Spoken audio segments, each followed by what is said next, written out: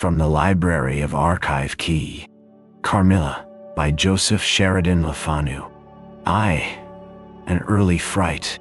In Styria, we, though by no means magnificent people, inhabit a castle or schloss. A small income, in that part of the world, goes a great way. 800 or 900 a year does wonders. Scantily enough, ours would have answered among wealthy people at home. My father is English, and I bear an English name, although I never saw England. But here, in this lonely and primitive place, where everything is so marvelously cheap, I really don't see how ever so much more money would at all materially add to our comforts, or even luxuries. My father was in the Austrian service, and retired upon a pension and his patrimony, and purchased this feudal residence, and the small estate on which it stands, a bargain. Nothing can be more picturesque or solitary. It stands on a slight eminence in a forest. The road, very old and narrow, passes in front of its drawbridge, never raised in my time, and its moat, stocked with perch, and sailed over by many swans, and floating on its surface white fleets of water lilies. Over all this, the schloss shows its many-windowed front, its towers, and its Gothic chapel. The forest opens in an irregular and very picturesque glade before its gate, and at the right a steep Gothic bridge carries the road over a stream that winds in deep shadow through the wood. I have said that this is a very lonely place. Judge whether I say truth. Looking from the hall door towards the road, the forest in which our castle stands extends 15 miles to the right, and 12 to the left. The nearest inhabited village is about 7 of your English miles to the left. The nearest inhabited schloss of any historic associations is that of old General Spielsdorf, nearly 20 miles away to the right. I have said the nearest inhabited village because there is only 3 miles westward, that is to say in the direction of General Spielsdorf's schloss, a ruined village with its quaint little church, now roofless, in the aisle of which are the moldering tombs of the proud family of Karnstein, now extinct, who once owned the equally desolate chateau which, in the thick of the forest, overlooks the silent ruins of its. Respecting the cause of the desertion of this striking and melancholy spot, there is a legend which I shall relate to you another time. I must tell you now how very small is the party who constitute the inhabitants of our castle. I don't include servants or those dependents who occupy rooms in the buildings attached to the schloss. Listen and wonder. My father, who is the kindest man on earth, but growing old, and I, at the date of my story, only 19. 8 years have passed since then. I and my father constituted the family at the schloss. My mother, a Styrian lady, died in my infancy, but I had a good-natured governess who had been with me from, I might almost say, my infancy. I could not remember the time when her fat, benignant face was not a familiar picture in my memory. This was Madame Perrodon, a native of Bern, whose care and good nature now in part supplied to me the loss of my mother, whom I do not even remember. So early I lost her. She made a third at our little dinner party.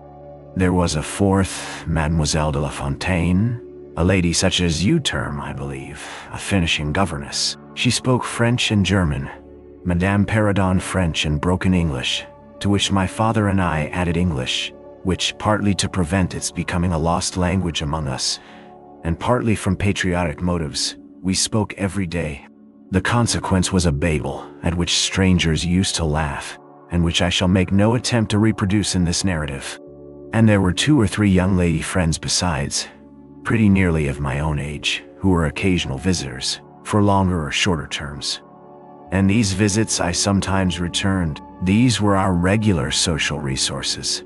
But of course there were chance visits from neighbors of only 5 or 6 leagues distance.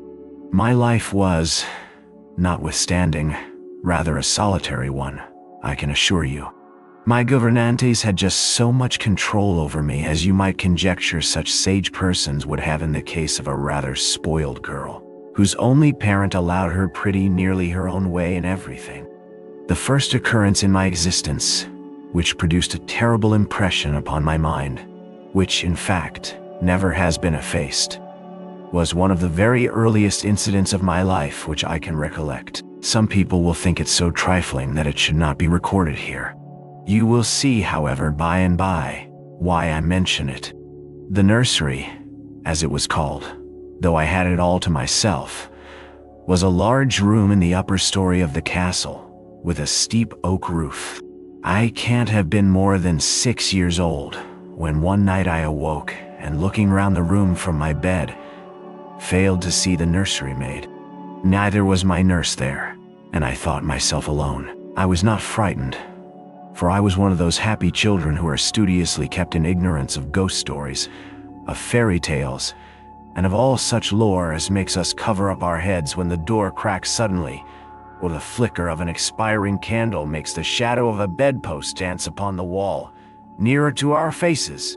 I was vexed and insulted at finding myself, as I conceived, neglected, and I began to whimper, preparatory to a hearty bout of roaring, when to my surprise, I saw a solemn but very pretty face looking at me from the side of the bed.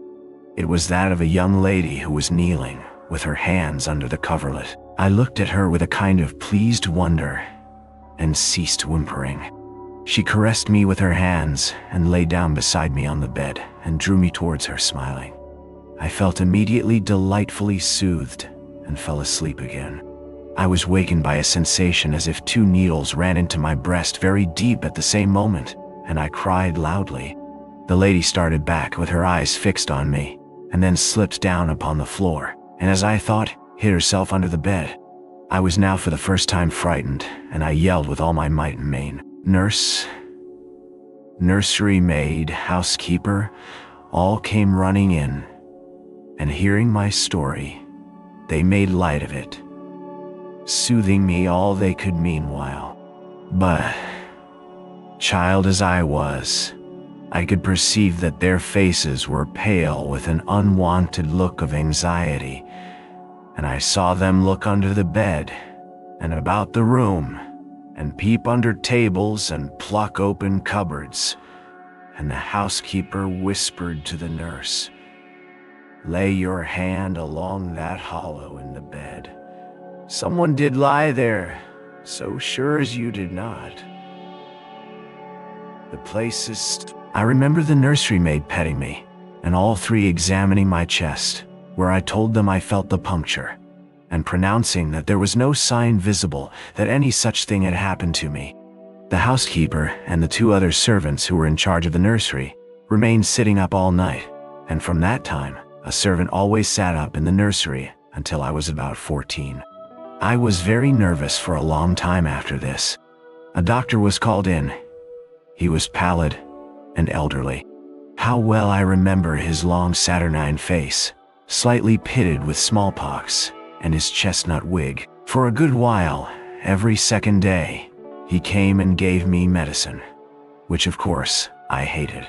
The morning after I saw this apparition, I was in a state of terror, and could not bear to be left alone, daylight though it was, for a moment.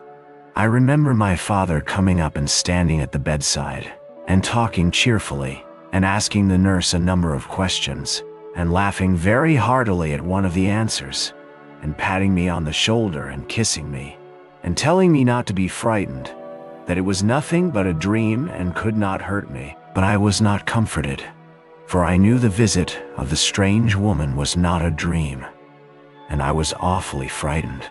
I was a little consoled by the nursery maids assuring me that it was she who had come and looked at me, and lain down beside me in the bed, and that I must have been half dreaming not to have known her face. But this, though supported by the nurse, did not quite satisfy me. I remembered, in the course of that day, a venerable old man, in a black cassock, coming into the room with the nurse and housekeeper, and talking a little to them, and very kindly to me. His face was very sweet and gentle, and he told me they were going to pray, and joined my hands together, and desired me to say softly, while they were praying, "Lord, hear all good prayers for us, for Jesus' sake."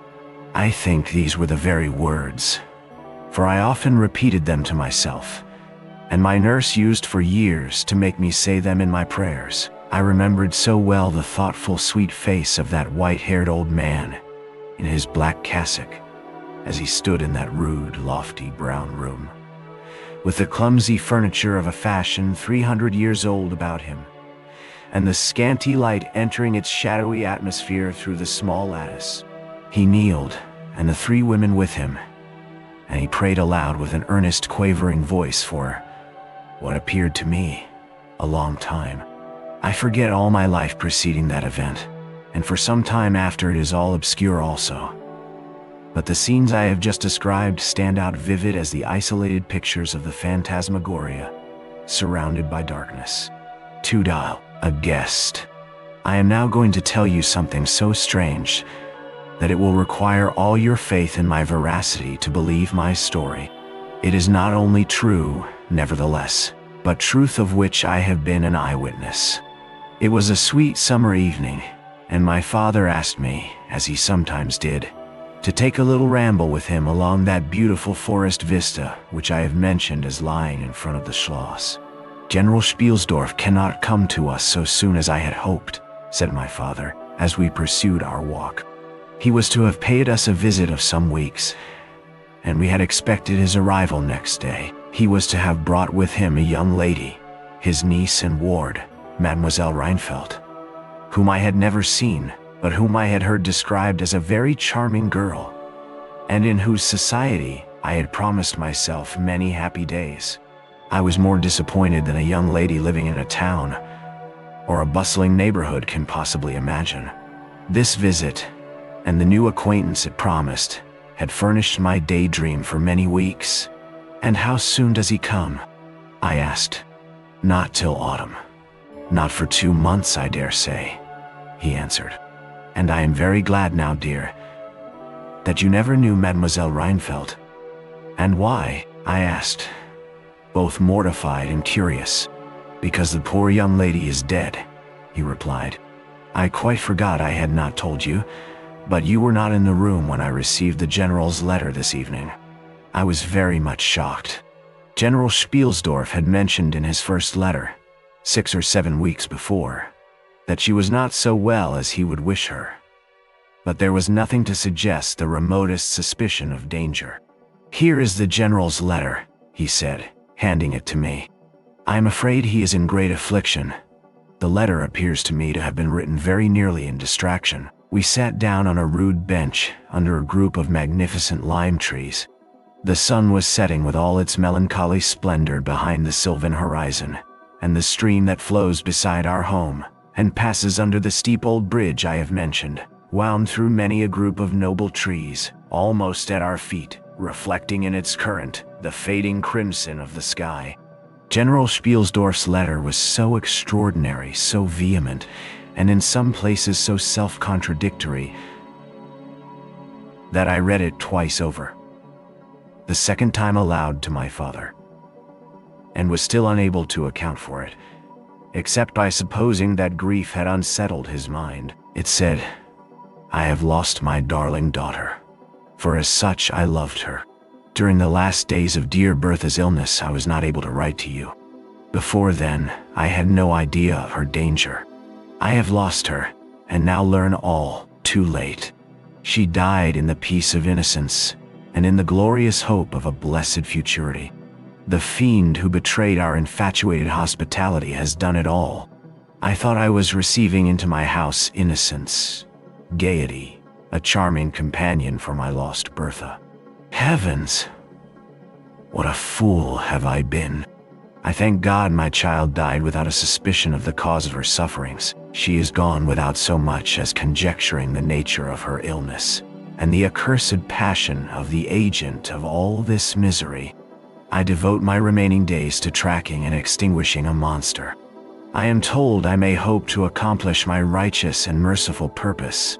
At present there is scarcely a gleam of light to guide me. I curse my conceited incredulity, my despicable affectation of superiority, my blindness, my obstinacy, all too late. I cannot write or talk collectedly now. I am distracted. So soon as I shall have a little recovered, I mean to devote myself for a time to inquiry, which may possibly lead me as far as Vienna, sometime in the autumn, 2 months hence, or earlier if I live. I will see you. That is, if you permit me. I will then tell you all that I scarce dare put upon paper now. Farewell. Pray for me, dear friend. In these terms ended this strange letter. Though I had never seen Bertha Reinfeldt, my eyes filled with tears at the sudden intelligence. I was startled, as well as profoundly disappointed. The sun had now set, and it was twilight by the time I had returned the General's letter to my father. It was a soft, clear evening, and we loitered, speculating upon the possible meanings of the violent and incoherent sentences which I had just been reading. We had nearly a mile to walk before reaching the road that passes the Schloss in front, and by that time, the moon was shining brilliantly. At the drawbridge, we met Madame Perrodon and Mademoiselle de La Fontaine, who had come out without their bonnets to enjoy the exquisite moonlight. We heard their voices gabbling in animated dialogue as we approached. We joined them at the drawbridge and turned about to admire with them the beautiful scene. The glade through which we had just walked lay before us. At our left, the narrow road wound away under clumps of lordly trees and was lost to sight amid the thickening forest. At the right, the same road crosses the steep and picturesque bridge, near which stands a ruined tower which once guarded that pass. And beyond the bridge, an abrupt eminence rises, covered with trees, and showing in the shadows some gray ivy-clustered rocks. Over the sward and low grounds, a thin film of mist was stealing like smoke, marking the distances with a transparent veil, and here and there we could see the river faintly flashing in the moonlight. No softer, sweeter scene could be imagined. The news I had just heard made it melancholy, but nothing could disturb its character of profound serenity, and the enchanted glory and vagueness of the prospect. My father, who enjoyed the picturesque, and I, stood looking in silence over the expanse beneath us. The two good governesses, standing a little way behind us, discoursed upon the scene, and were eloquent upon the moon. Madame Perrodon was fat, middle-aged, and romantic, and talked and sighed poetically. Mademoiselle de La Fontaine, in right of her father, who was a German, assumed to be psychological, metaphysical, and something of a mystic, now declared that when the moon shone with a light so intense, it was well known that it indicated a special spiritual activity. The effect of the full moon in such a state of brilliancy was manifold. It acted on dreams. It acted on lunacy. It acted on nervous people. It had marvelous physical influences connected with life. Mademoiselle related that her cousin, who was mate of a merchant ship, having taken a nap on deck on such a night, lying on his back with his face full in the light on the moon, had wakened after a dream of an old woman clawing him by the cheek, with his features horribly drawn to one side, and his countenance had never quite recovered its equilibrium. "The moon this night," she said, "is full of idyllic and magnetic influence. And see, when you look behind you at the front of the Schloss, how all its windows flash and twinkle with that silvery splendor, as if unseen hands had lighted up the rooms to receive fairy guests. There are indolent styles of the spirits in which, indisposed to talk ourselves, the talk of others is pleasant to our listless ears, and I gazed on, pleased with the tinkle of the ladies' conversation. I have got into one of my moping moods tonight," said my father, after a silence, and quoting Shakespeare, whom, by way of keeping up our English, he used to read aloud, he said, "In truth, I know not why I am so sad. It wearies me. You say it wearies you, but how I got it, came by it, I forget the rest. But I feel as if some great misfortune were hanging over us. I suppose the poor General's afflicted letter has had something to do with it." At this moment, the unwonted sound of carriage wheels and many hoofs upon the road arrested our attention.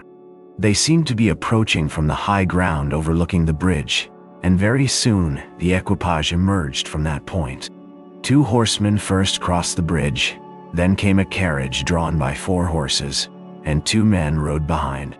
It seemed to be the traveling carriage of a person of rank, and we were all immediately absorbed in watching that very unusual spectacle. It became in a few moments greatly more interesting, for just as the carriage had passed the summit of the steep bridge, one of the leaders, taking fright, communicated his panic to the rest, and after a plunge or two, the whole team broke into a wild gallop together, and dashing between the horsemen who rode in front, came thundering along the road towards us with the speed of a hurricane. The excitement of the scene was made more painful by the clear, long-drawn screams of a female voice from the carriage window. We all advanced in curiosity and horror. Me rather in silence, the rest with various ejaculations of terror. Our suspense did not last long. Just before you reach the castle drawbridge on the route they were coming, there stands by the roadside a magnificent lime tree. On the other stands an ancient stone cross, at sight of which the horses, now going at a pace that was perfectly frightful, swerved so as to bring the wheel over the projecting roots of the tree. I knew what was coming. I covered my eyes, unable to see it out, and turned my head away. At the same moment I heard a cry from my lady friends, who had gone on a little. Curiosity opened my eyes, and I saw a scene of utter confusion. 2 of the horses were on the ground. The carriage lay upon its side with 2 wheels in the air. The men were busy removing the traces, and a lady with a commanding air and figure had got out, and stood with clasped hands, raising the handkerchief that was in them every now and then to her. Through the carriage door was now lifted a young lady who appeared to be lifeless. My dear old father was already beside the elder lady, with his hat in his hand, evidently tendering his aid and the resources of his Schloss. The lady did not appear to hear him, or to have eyes for anything but the slender girl who was being placed against the slope of the bank. I approached. The young lady was apparently stunned, but she was certainly not dead. My father, who piqued himself on being something of a physician, had just had his fingers on her wrist and assured the lady, who declared herself her mother, that her pulse, though faint and irregular, was undoubtedly still distinguishable. The lady clasped her hands and looked upward, as if in a momentary transport of gratitude, but immediately she broke out again in that theatrical way which is, I believe, natural to some people. She was what is called a fine-looking woman for her time of life, and must have been handsome. She was tall, but not thin, and dressed in black velvet, and looked rather pale, but with a proud and commanding countenance, though now agitated strangely. Who was ever being so born to calamity? I heard her say, with clasped hands, as I came up. Here am I, on a journey of life and death, in prosecuting which to lose an hour is possibly to lose all. My child will not have recovered sufficiently to resume her route for who can say how long. I must leave her. I cannot, dare not, delay. How far on, sir? Can you tell? Is the nearest village? I must leave her there, and shall not see my darling, or even hear of her till my return, 3 months hence. I plucked my father by the coat, and whispered earnestly in his ear, If Madame will entrust her child to the care of my daughter, and of her good gouvernante, Madame Perrodon, and permit her to remain as our guest, under my charge, until her return, it will confer a distinction and an obligation upon us, and we shall treat her with all the care and devotion which so sacred a trust deserves. I cannot do that, sir. It would be to task your kindness and chivalry too cruelly, said the lady, distractedly. It would, on the contrary, be to confer on us a very great kindness, at the moment when we most need it. My daughter has just been disappointed by a cruel misfortune in a visit from which she had long anticipated a great deal of happiness. If you confide this young lady to our care, it will be her best consolation. The nearest village on your route is distant, and affords no such inn as you could think of placing your daughter at. You cannot allow her to continue her journey for any considerable distance without danger. If, as you say, you cannot suspend your journey, you must part with her tonight. And nowhere could you do so with more honest assurances of care and tenderness than here."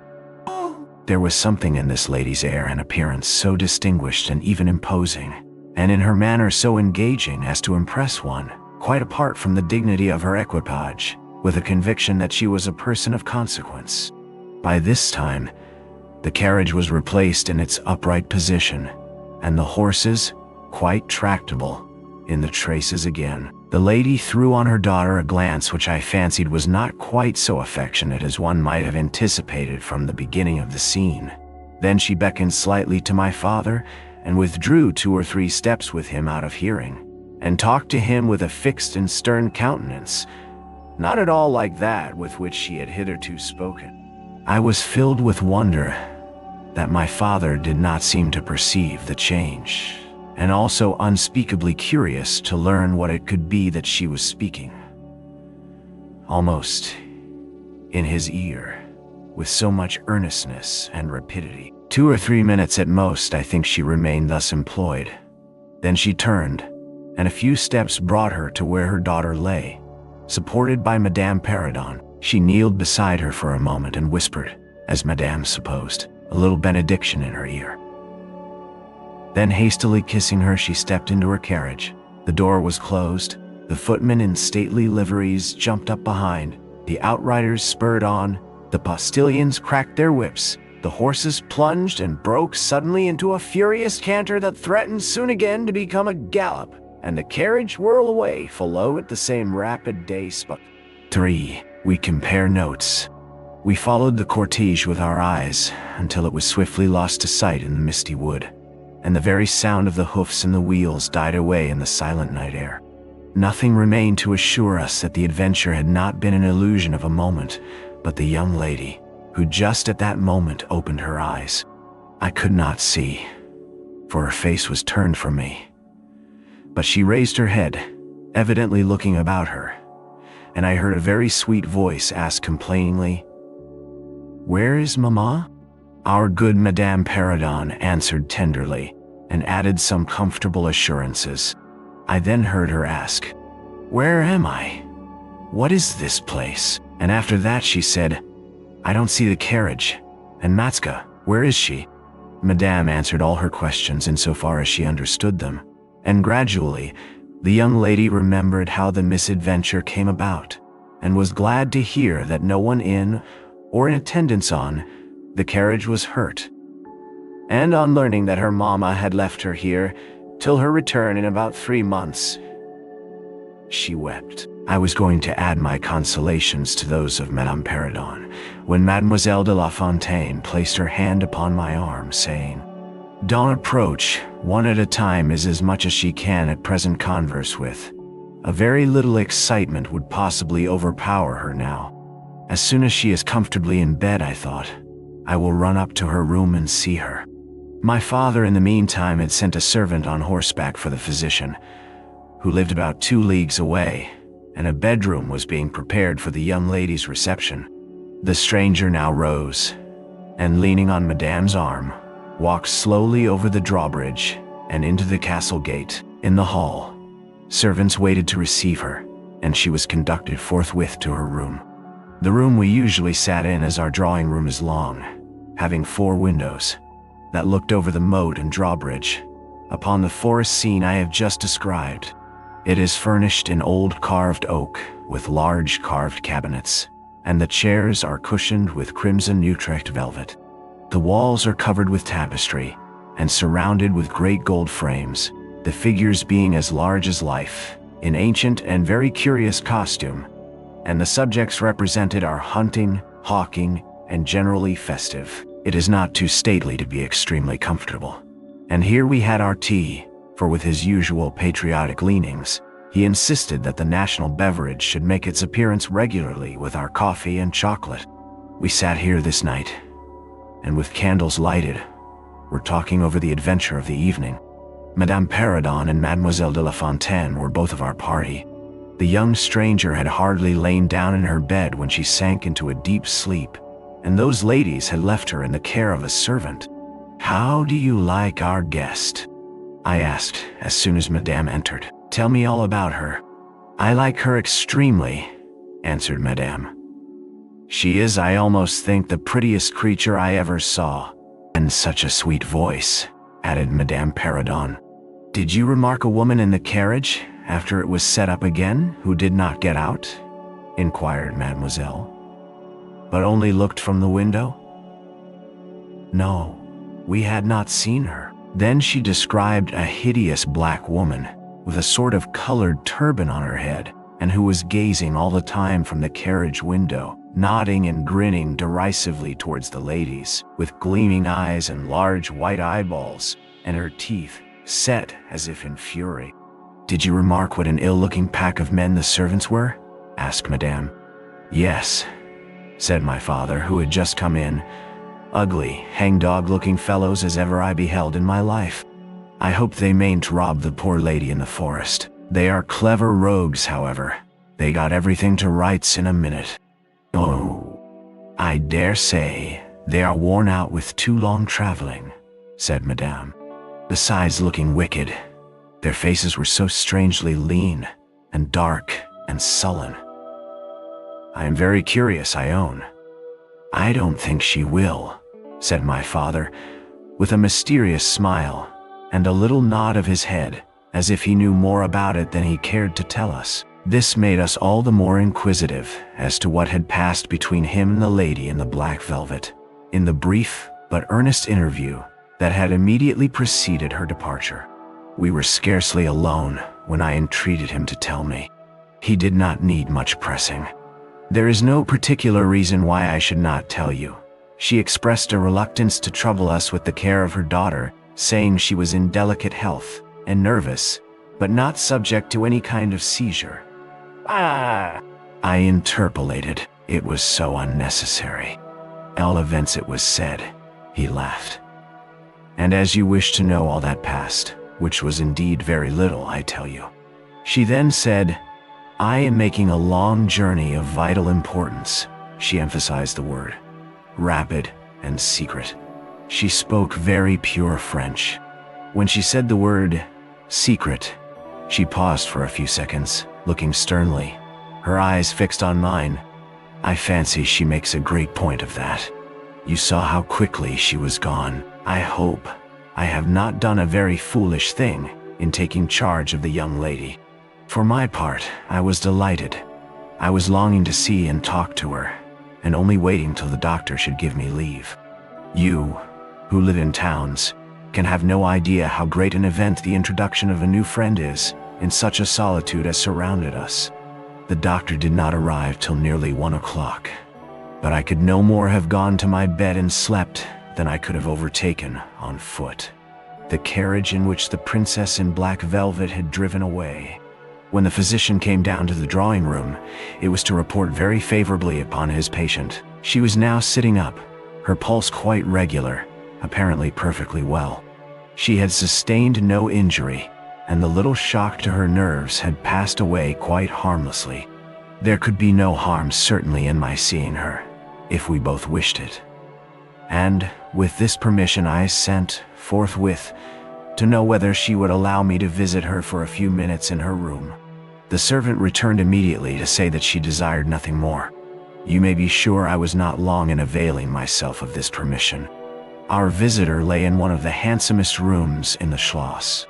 It was perhaps a little stately. There was a somber piece of tapestry opposite the foot of the bed, representing Cleopatra with the asps to her bosom, and other solemn classic scenes were displayed, a little faded, upon the other walls. But there was gold carving, and rich and varied color enough in the other decorations of the room to more than redeem the gloom of the old tapestry. There were candles at the bedside. She was sitting up, her slender, pretty figure enveloped in the soft silk dressing gown, embroidered with flowers, and lined with thick quilted silk, which her mother had thrown over her feet as she lay upon the ground. What was it that, as I reached the bedside and had just begun my little greeting, struck me dumb in a moment, and made me recoil a step or two from before her. I will tell you, I saw the very face which had visited me in my childhood at night, which remained so fixed in my memory, and on which I had for so many years so often ruminated with horror, when no one suspected of what I was thinking. It was pretty, even beautiful, and when I first beheld it, wore the same melancholy expression. But this almost instantly lighted into a strange, fixed smile of recognition. There was a silence of fully a minute, and then at length she spoke. I could not. "How wonderful!" she exclaimed. "12 years ago, I saw your face in a dream, and it has haunted me ever since." "Wonderful indeed," I repeated, overcoming with an effort the horror that had for a time suspended my utterances. 12 years ago, in vision or reality, I certainly saw you. I could not forget your face. It has remained before my eyes ever since." Her smile had softened.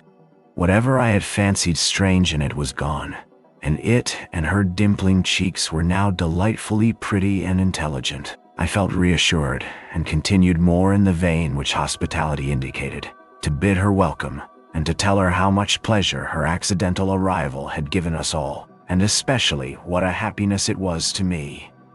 I took her hand as I spoke. I was a little shy, as lonely people are, but the situation made me eloquent, and even bold. She pressed my hand. She laid hers upon it, and her eyes glowed, as looking hastily into mine, she smiled again, and blushed. She answered my welcome very prettily. I sat down beside her, still wondering, and she said, "I must tell you my vision about you. It is so very strange that you and I should have had, each of the other so vivid a dream, that each should have seen, I you and you me, looking as we do now, when of course we both were mere children. I was a child, about 6 years old, and I awoke from a confused and troubled dream, and found myself in a room, unlike my nursery, wainscoted clumsily in some dark wood, and with cupboards and bedsteads and chairs and benches placed about it. The beds were, I thought, all empty, and the room itself without anyone but myself in it, and I, after looking about me for some time, and admiring especially an iron candlestick with 2 branches, which I should certainly know again, crept under one of the beds to reach the window. But as I got from under the bed, I heard someone crying, and looking up, while I was still upon my knees. Your looks won me. I climbed on the bed and put my arms about you, and I think we both fell asleep. I was aroused by a scream. You were sitting up screaming. I was frightened, and slipped down upon the ground, and it seemed to me, lost consciousness for a moment. Your face I have never forgotten since. I could not be misled by mere resemblance. You are the lady whom I saw then. It was now my turn to relate my corresponding vision, which I did, to the undisguised wonder of my new acquaintance. I don't know which should be most afraid of the other, she said, again smiling. If you were less pretty, I think I should be very much afraid of you. But being as you are, and you and I both so young, I feel only that I have made your acquaintance 12 years ago, and have already a right to your intimacy. At all events, it does seem as if we were destined, from our earliest childhood, to be friends. I wonder whether you feel as strangely drawn towards me as I do to you. I have never had a friend. Shall I find one now?" She sighed, and her fine dark eyes gazed passionately on me. Now the truth is, I felt rather unaccountably towards the beautiful stranger. I did feel, as she said, drawn towards her. But there was also something of repulsion. In this ambiguous feeling, however, the sense of attraction immensely prevailed. She interested and won me. She was so beautiful and so indescribably engaging. I perceived now something of languor and exhaustion stealing over her, and hastened to bid her good night. "The doctor thinks," I added, "that you ought to have a maid to sit up with you tonight. One of ours is waiting, and you will find her a very useful and quiet creature." "I shan't require any assistance," And, shall I confess my weakness? I am haunted with a terror of robbers. Our house was robbed once, and 2 servants murdered, so I always lock my door. It has become a habit, and you look so kind, I know you will forgive me. I see there is a key in the lock. She held me close in her pretty arms for a moment, and whispered in my ear, "Good night, darling. It is very hard to part with you, but good night. Tomorrow, but not early, I shall see you again." She sank back on the pillow with a sigh, and her fine eyes followed me with a fond and melancholy gaze, and she murmured again, "Good night, dear friend." Young people like and even love, on impulse. I was flattered by the evident, though as yet undeserved, fondness she showed me. I liked the confidence with which she at once received me. She was determined that we should be very near friends. Next day came, and we met again. I was delighted with my companion, that is to say, in many respects. Her looks lost nothing in daylight. She was certainly the most beautiful creature I had ever seen, and the unpleasant remembrance of the face presented in my early dream had lost the effect of the first unexpected recognition. She confessed that she had experienced a similar shock on seeing me, and precisely the same faint antipathy that had mingled with my admiration of her. We now laughed together over our momentary horrors. For her habits, a saunter. I told you that I was charmed with her in most particulars. There were some that did not please me so well.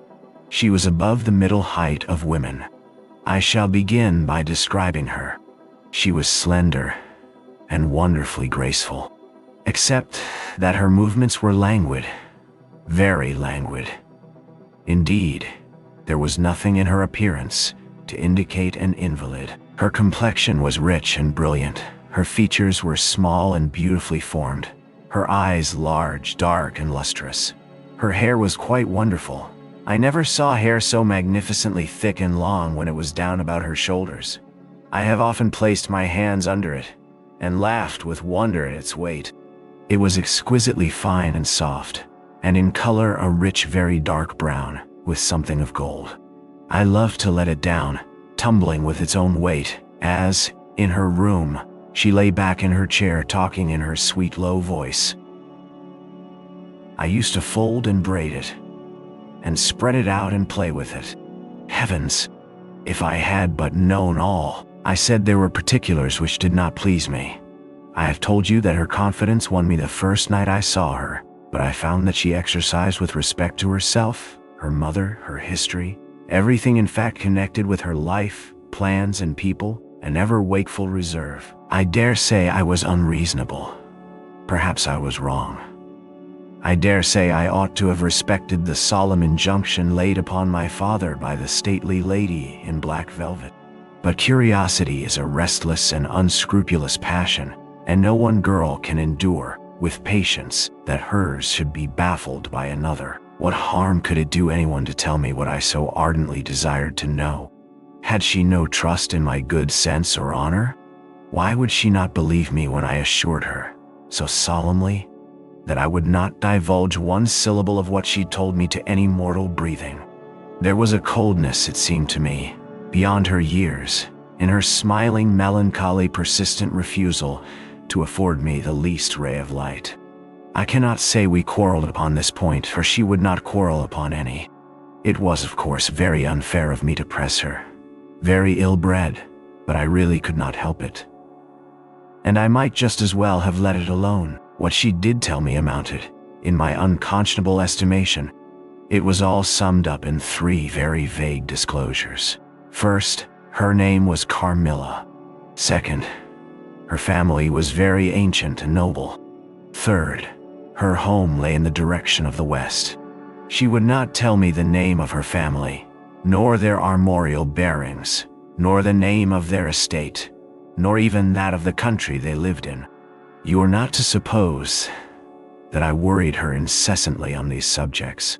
I watched opportunity, and rather insinuated than urged my inquiries.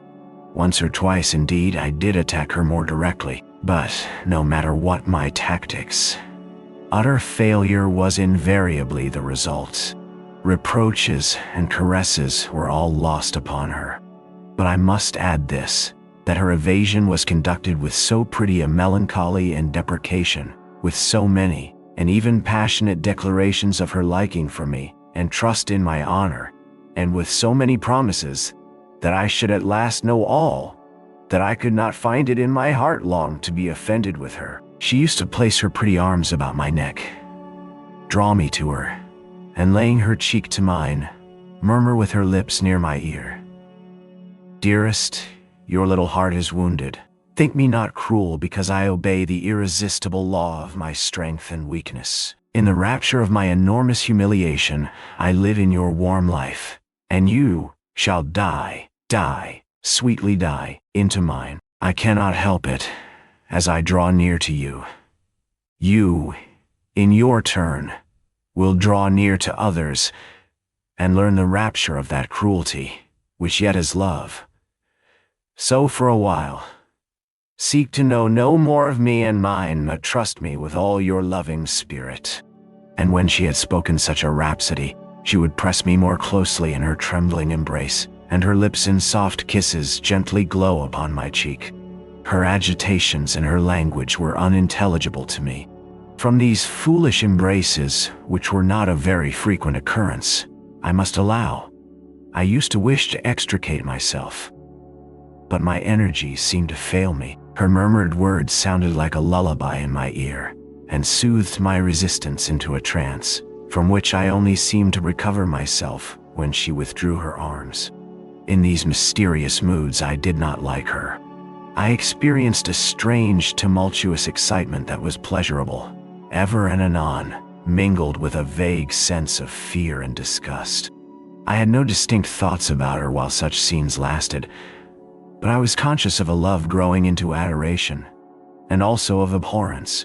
This I know is paradox, but I can make no other attempt to explain the feeling. I now write, after an interval of more than 10 years, with a trembling hand, with a confused and horrible recollection of certain occurrences and situations, in the ordeal through which I was unconsciously passing, though with a vivid and very sharp remembrance of the main current of my story. But, I suspect, in all lives there are certain emotional scenes, those in which our passions have been most wildly and terribly roused, that are of all others the most vaguely and dimly remembered. Sometimes after an hour of apathy, my strange and beautiful companion would take my hand and hold it with a fond pressure, renewed again and again, blushing softly, gazing in my face with languid and burning eyes, and breathing so fast that her dress rose and fell with a tumultuous respiration. It was like the ardor of a lover. It embarrassed me. It was hateful and yet overpowering. And with gloating eyes she drew me to her, and her hot lips traveled along my cheek in kisses, and she would whisper, almost in sobs, "You are mine, you shall be mine, you and I are one forever." Then she had thrown herself back in her chair, with her small hands over her eyes, leaving me trembling. "Are we related?" I used to ask. "What can you mean by all this? I remind you perhaps of someone whom you love, but you must not. I hate it. I don't know you.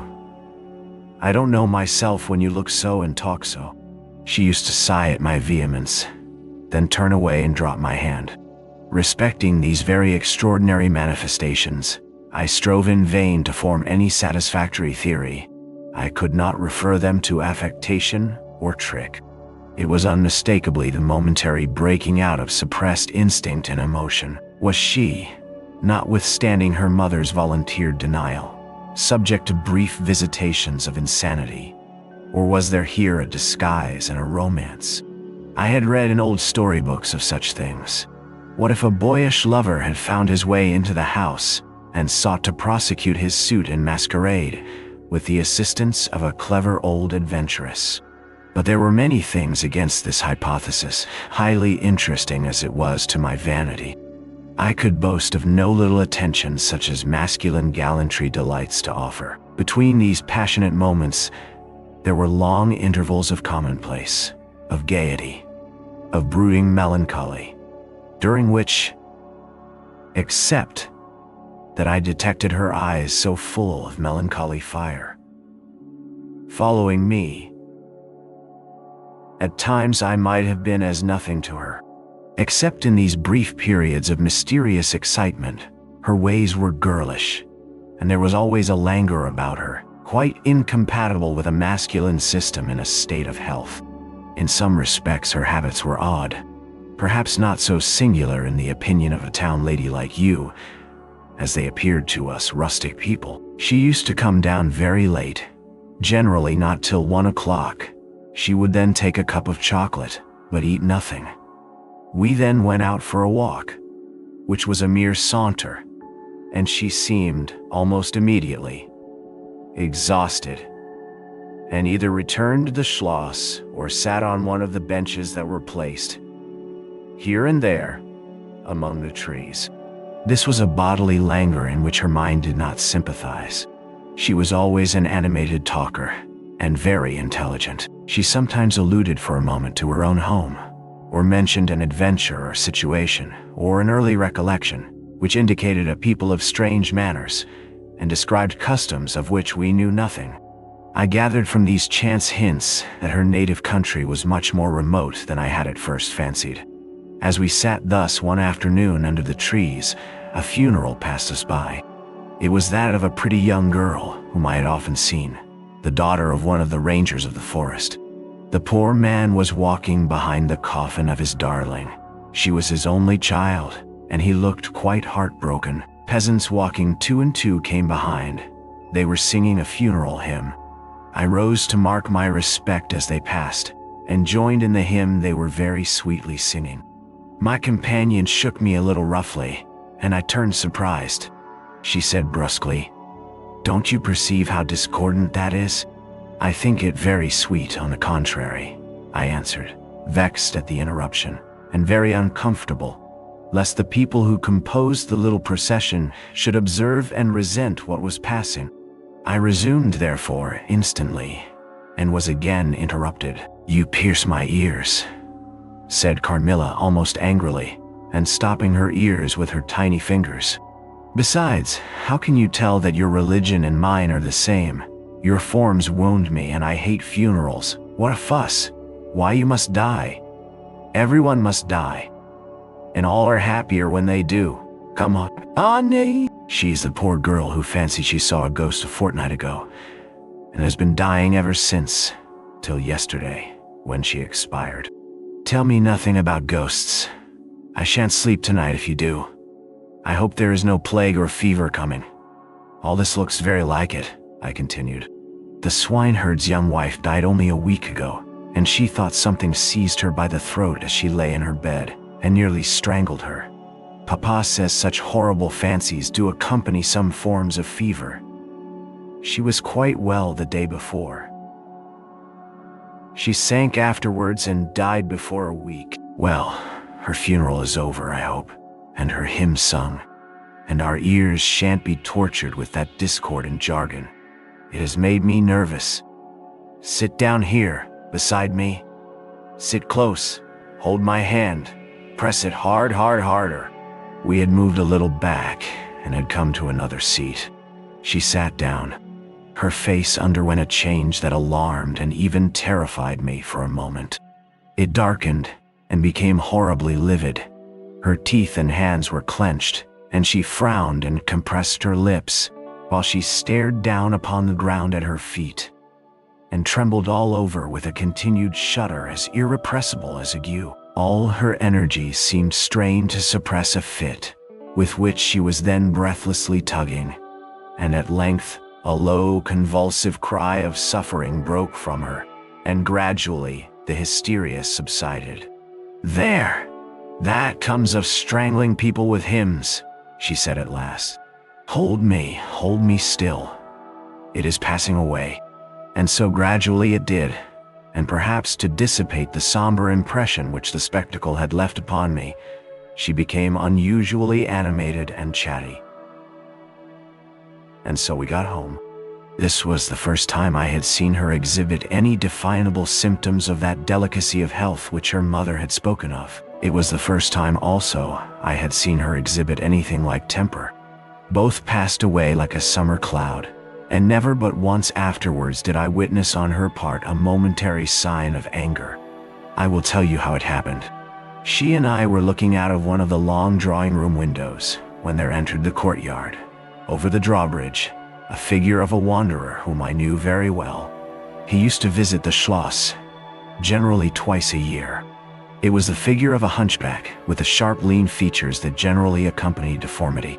He wore a pointed black beard, and he was smiling from ear to ear, showing his white fangs. He was dressed in buff, black, and scarlet, and crossed with more straps and belts than I could count, from which hung all manner of things. Behind he carried a magic lantern and 2 boxes, which I well knew, in one of which was a salamander, and in the other a mandrake. These monsters used to make my father laugh.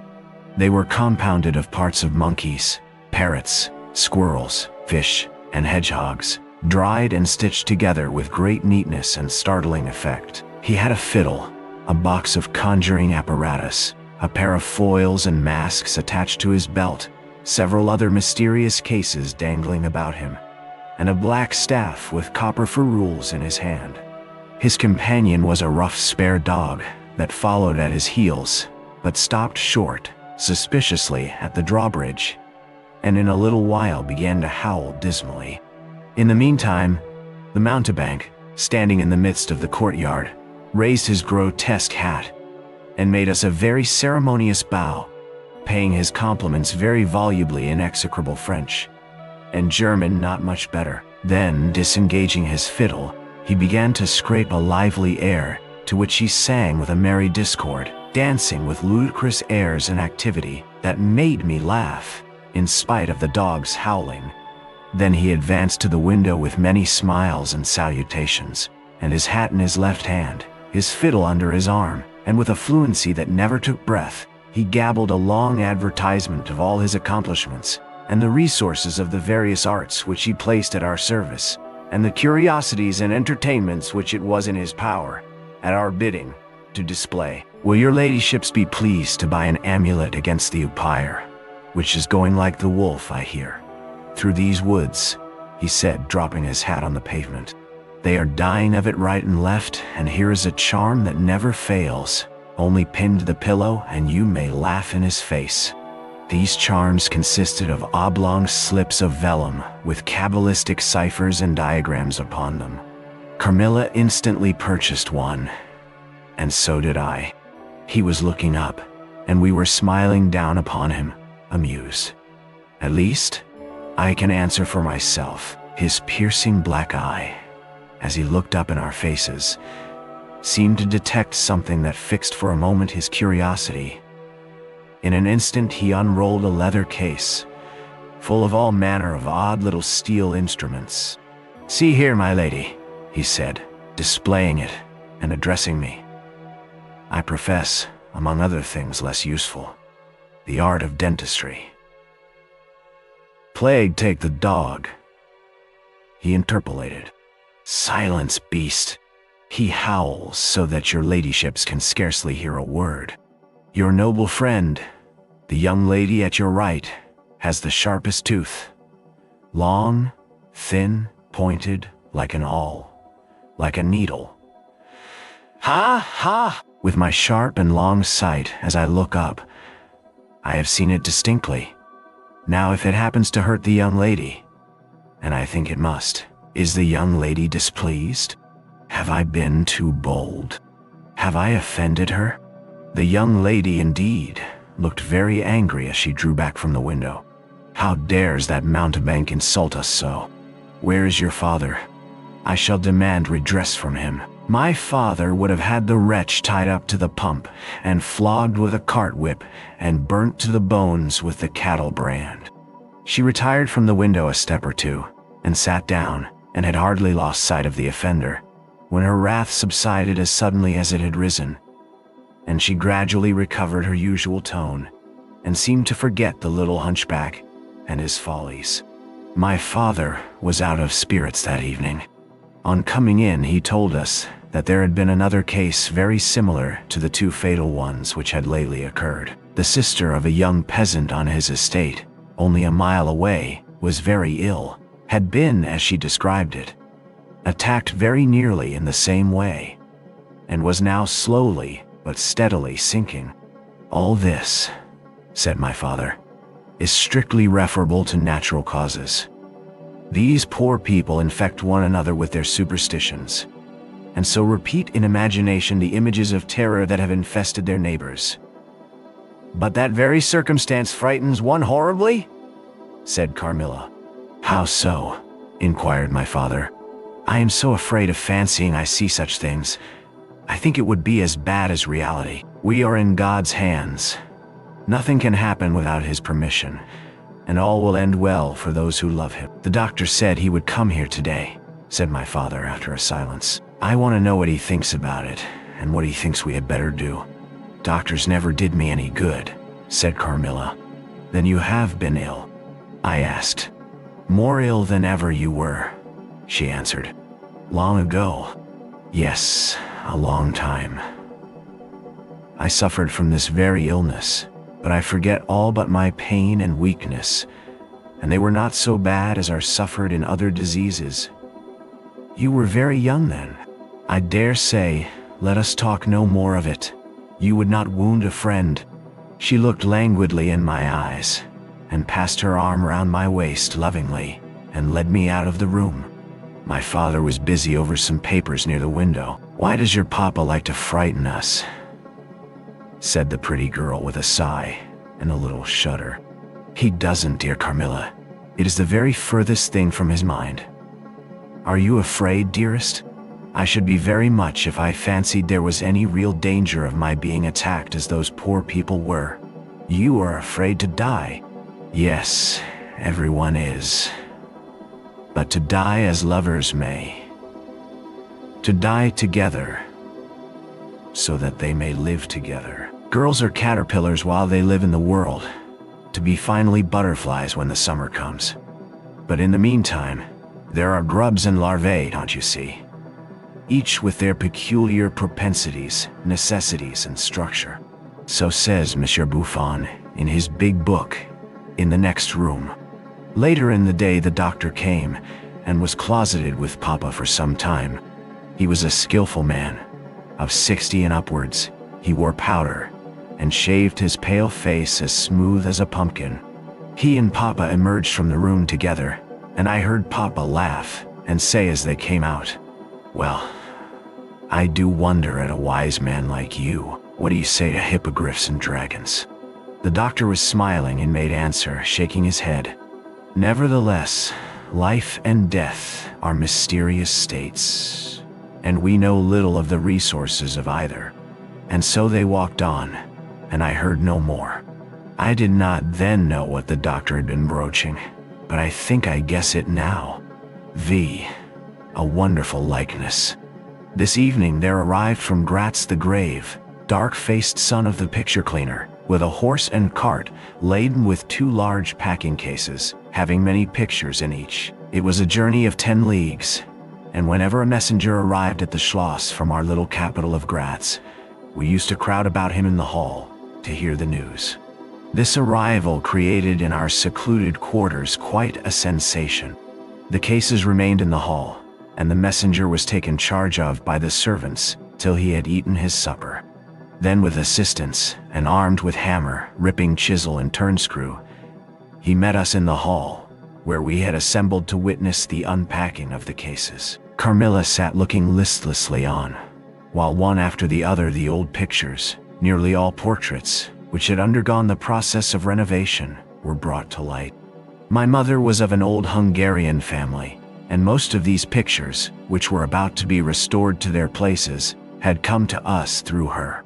My father had a list in his hand, from which he read, as the artist rummaged out the corresponding numbers. I don't know that the pictures were very good, but they were, undoubtedly, very old, and some of them very curious also. They had, for the most part, the merit of being now seen by me, I may say, for the first time. For the smoke and dust of time had all but obliterated them. "There is a picture that I have not seen yet," said my father. "In one corner, at the top of it, is the name, as well as I could read, Marcia Karnstein, and the date 1698. I'm curious. I remembered it. It was a small picture, about 1.5 feet high, and nearly square without a frame. But it was so blackened by age that I could not make it out. The artist now produced it with evident pride. It was quite beautiful. It was startling. It seemed to live. It was the effigy of Carmilla. Carmilla, dear, here is an absolute miracle. Here you are, living, smiling, ready to speak in this picture. Isn't it beautiful, Papa? And see, even the little mole on her throat." My father laughed and said, "Certainly, it is a wonderful likeness." But he looked away, and to my surprise seemed but little struck by it. "Will you let me hang this picture in my room, Papa?" I asked. "Certainly, dear," said he, smiling. "I'm very glad you think it's so like. It must be prettier even than I thought it, if it is." The young lady did not acknowledge this pretty speech, did not seem to hear it. She was leaning back in her seat, her fine eyes under their long lashes gazing on me in contemplation, and she smiled in a kind of rapture. "And now you can read quite plainly the name that is written in the corner. It is not Marcia. It looks as if it was done in gold. The name is Mircalla, Countess Karnstein, and this is a little coronet over and underneath AD 1698. I am descended from the Karnsteins. That is, Mama was." "Ah," said the lady, languidly. "So am I. I think, a very long descent, very ancient. Are there any Karnsteins living now?" "None who bear the name, I believe. The family were ruined, I believe, in some civil wars long ago, but the ruins of the castle are only about 3 miles away." "How interesting," she said, languidly. "But see what beautiful moonlight." She glanced through the hall door, which stood a little open. "Suppose you take a little ramble round the court and look down at the road and river. It is so like the night you came to us," I said. She sighed, smiling.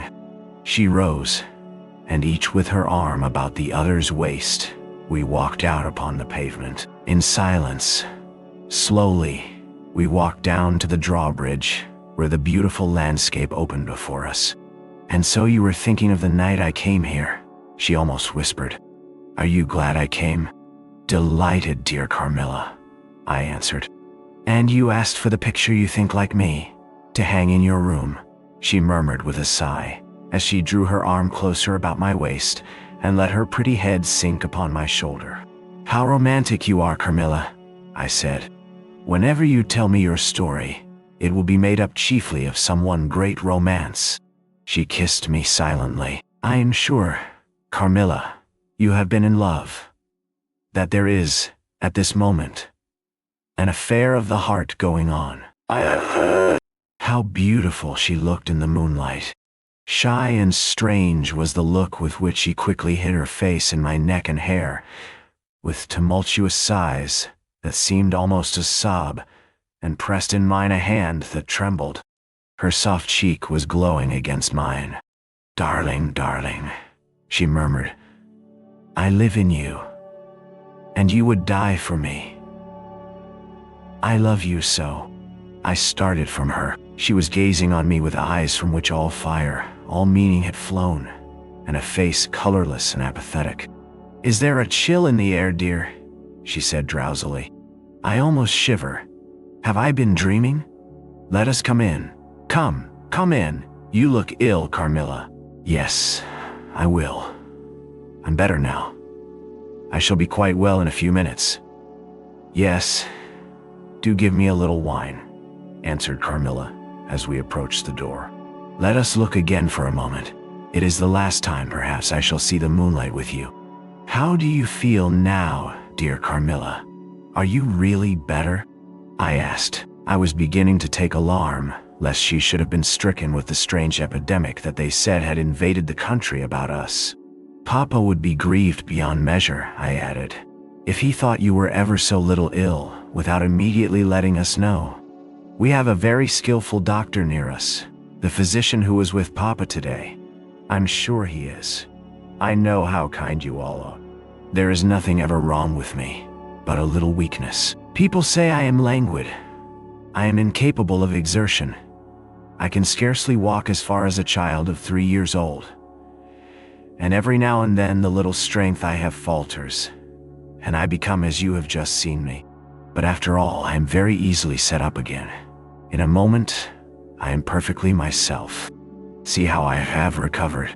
So indeed she had, and she and I talked a great deal, and very animated she was. And the remainder of that evening passed without any recurrence of what I called her infatuations. I mean her crazy talk and looks, which embarrassed and even frightened me. But there occurred that night an event which gave my thoughts quite a new turn, and seemed to startle even Carmilla's languid nature into momentary energy. A very strange agony. When we got into the drawing room and had sat down to our coffee and chocolate, although Carmilla did not take any, she seemed quite herself again, and Madame and Mademoiselle de La Fontaine joined us and made a little card party, in the course of which Papa came in for what he called his dish of tea. When the game was over, he sat down beside Carmilla on the sofa and asked her, a little anxiously, whether she had heard from her mother since her arrival. She answered, "Number." He then asked whether she knew where a letter would reach her at present. "I cannot tell," she answered ambiguously. "But I have been thinking of leaving you. You have been already too hospitable and too kind to me. I have given you an infinity of trouble, and I should wish to take a carriage tomorrow and post in pursuit of her. I know where I shall ultimately find her, although I dare not yet tell you. But you must not dream of any such thing. Exclaim. We can't afford to lose you so, and I want consent to your leaving us, except under the care of your mother, who was so good as to consent to your remaining with us till she should herself return. I should be quite happy if I knew that you heard from her. But this evening the accounts of the progress of the mysterious disease that has invaded our neighborhood grow even more alarming. And my beautiful guest, I do feel the responsibility, unaided by advice from your mother, very much. But I shall do my best, and one thing is certain, that you must not think of leaving us without her distinct direction to that effect. We should suffer too much in parting from you to consent to it easily. Thank you, sir, 1,000 times for your hospitality, she answered, smiling bashfully. You have all been too kind to me. I have seldom been so happy in all my life before, as in your beautiful chateau, under your care, and in the society of your dear daughter.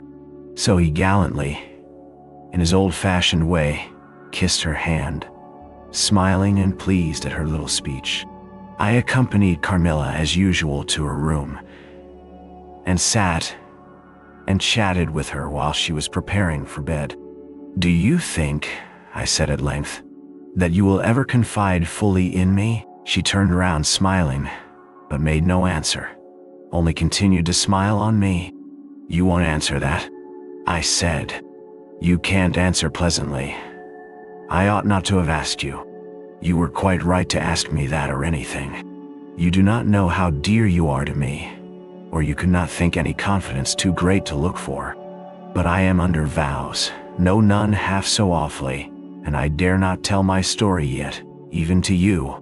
The time is very near when you shall know everything.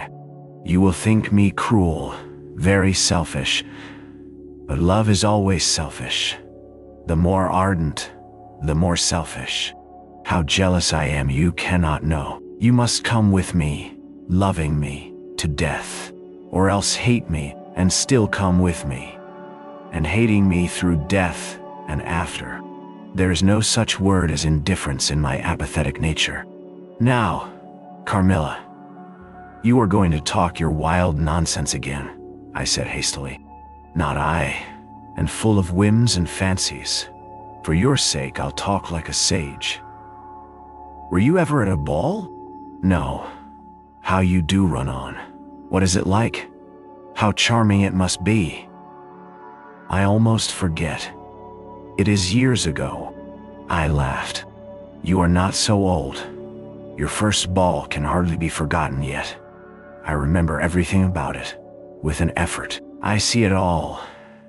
As divers see what is going on above them, through a medium, dense, rippling, but transparent. There occurred that night what has confused the picture and made its colors faint. I was all but assassinated in my bed, wounded here. She touched her breast, and never was the same since. Were you near dying? Yes, very. A cruel love. Strange love. That would have taken my life. Love will have its sacrifices. No sacrifice without blood. Let us go to sleep now. I feel so lazy. How can I get up just now and lock my door? She was lying with her tiny hands buried in her rich wavy hair, under her cheek, her little head upon the pillow, and her glittering eyes followed me wherever I moved, with a kind of shy smile that I could not decipher. I bid her good night, and crept from the room with an uncomfortable sensation. I often wondered whether our pretty guest ever said her prayers. I certainly had never seen her upon her knees. In the morning, she never came down until long after our family prayers were over. And at night, she never left the drawing room to attend our brief evening prayers in the hall. If it had not been that it had casually come out in one of our careless talks that she had been baptized, I should have doubted her being a Christian. Religion was a subject on which I had never heard her speak a word. If I had known the world better, this particular neglect or antipathy would not have so much surprised me. The precautions of nervous people are infectious, and persons of a like temperament are pretty sure, after a time, to imitate them. I had adopted Carmilla's habit of locking her bedroom door, having taken into my head all her whimsical alarms about midnight invaders and prowling assassins. I had also adopted her precaution of making a brief search through her room, to satisfy herself that no lurking assassin or robber was ensconced. These wise measures taken, I got into my bed and fell asleep.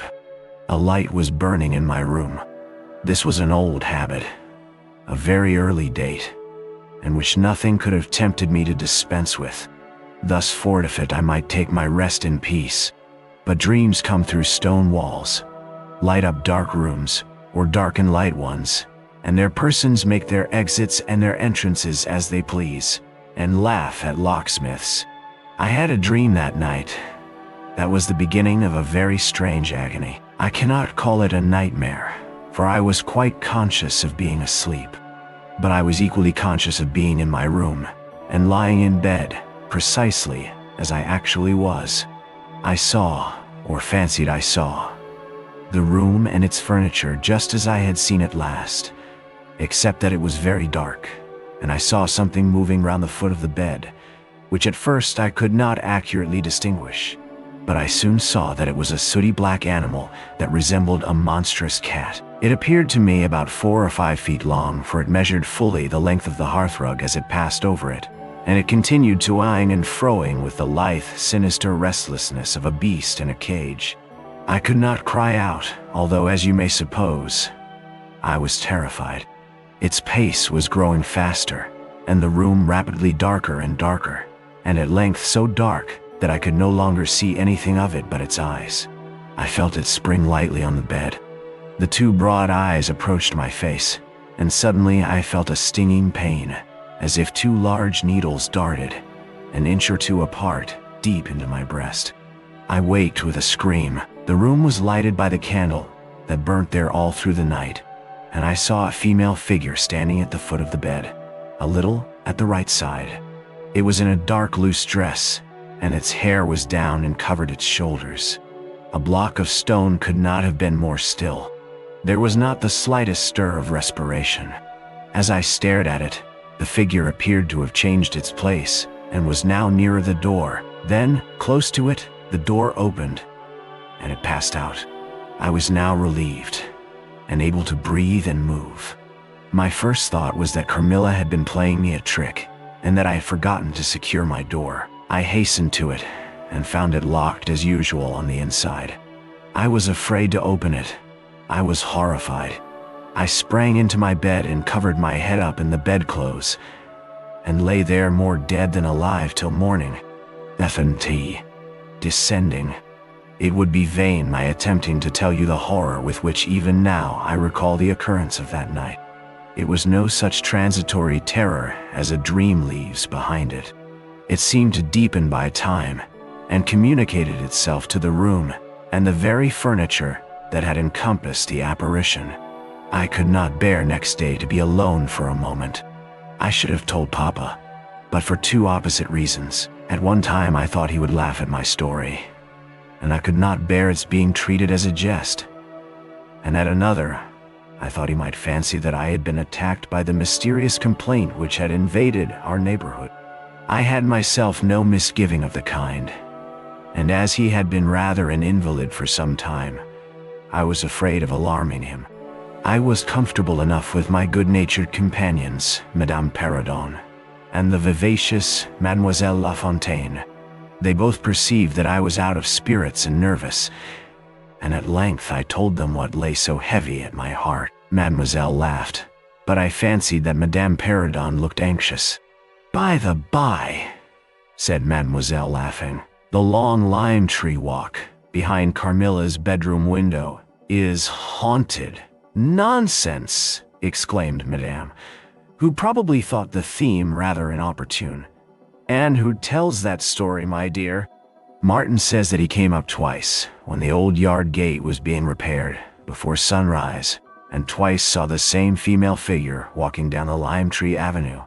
So he well might, as long as there are cows to milk in the river fields," said Madame. "I dare say, but Martin chooses to be frightened, and never did I see fool more frightened. You must not say a word about it to Carmilla, because she can see down that walk from her room window," I interposed. "And she is, if possible, a greater coward than I." Carmilla came down rather later than usual that day. "I was so frightened last night," she said, "so soon as we're together.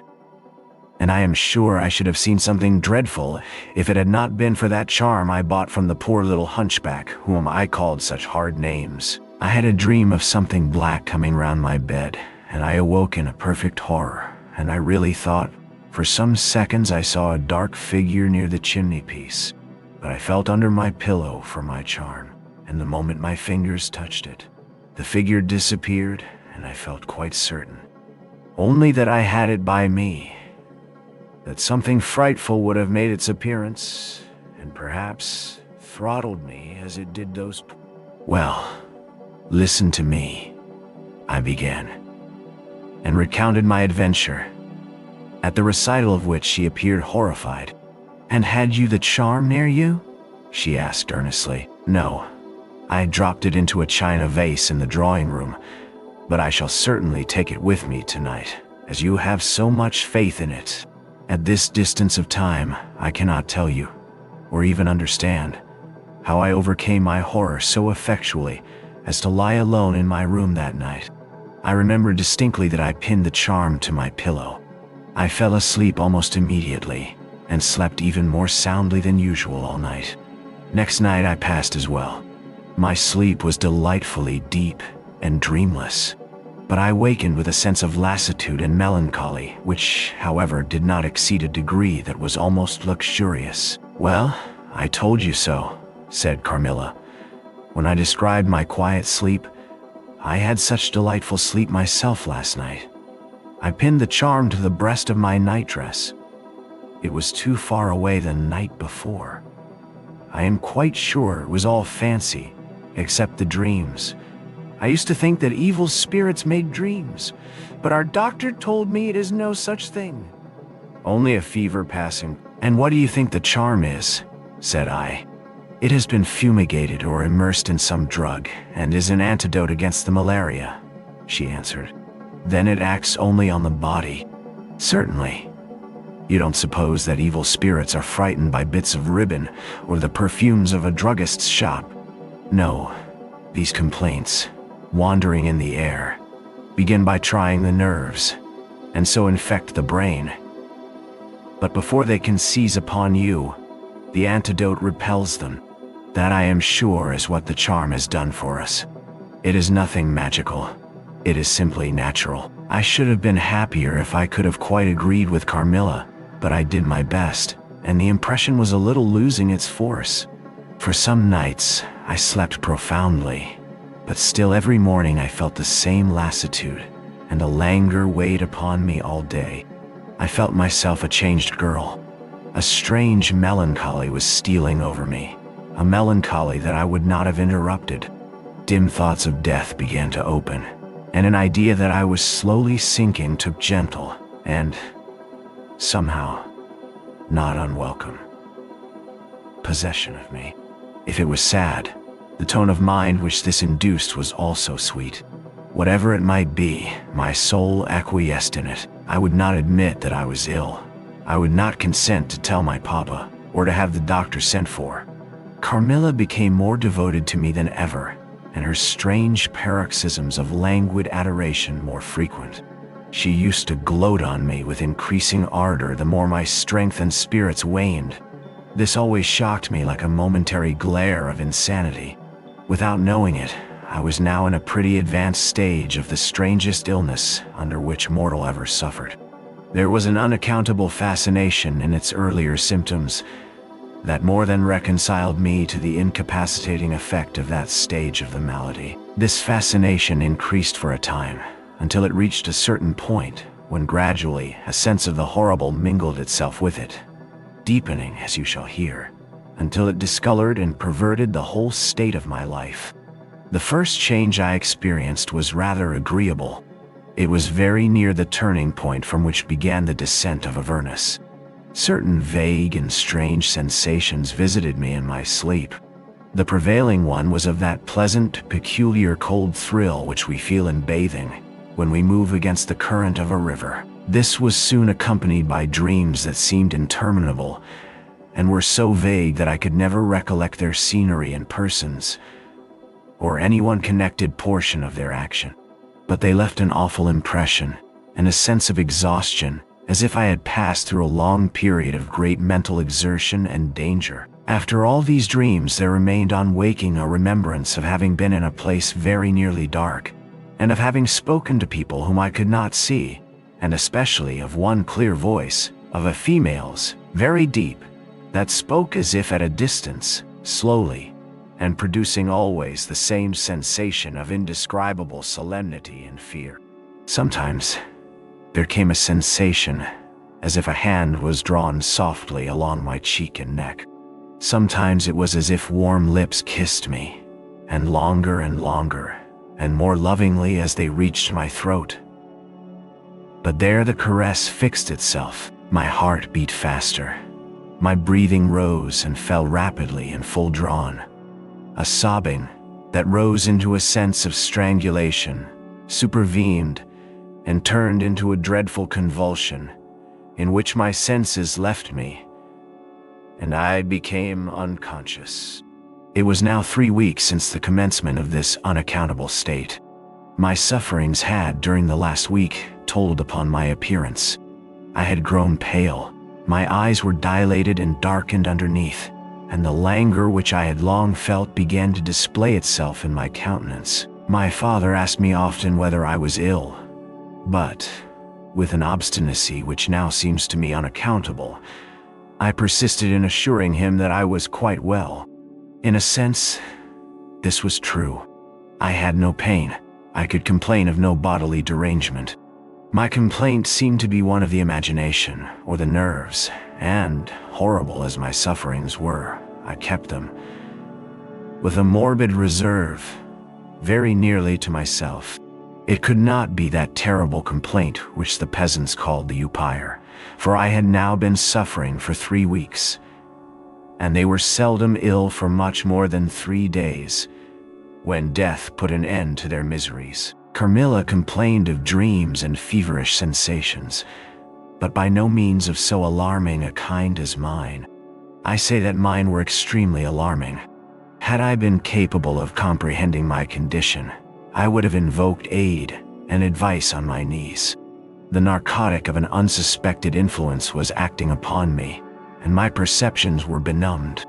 I am going to tell you now of a dream that led immediately to an odd discovery.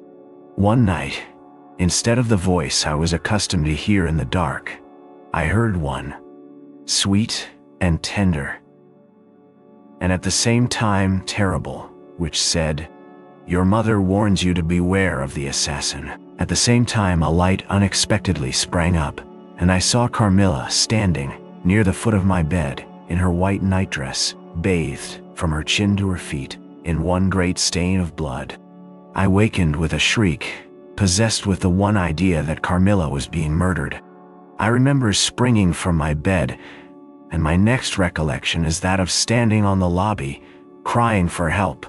Madame and Mademoiselle came scurrying out of their rooms in alarm. A lamp burned always on the lobby, and seeing me, they soon learned the cause of my terror. I insisted on our knocking at Carmilla's door. Our knocking was unanswered. It soon became a pounding and an uproar. We shrieked her name, but all was vain. We all grew frightened, for the door was locked. We hurried back in panic to my room. There we rang the bell long and furiously. If my father's room had been at that side of the house, we would have called him up at once to our aid. But, alas, he was quite out of hearing, and to reach him involved an excursion for which we none of us had courage. Servants, however, soon came running up the stairs.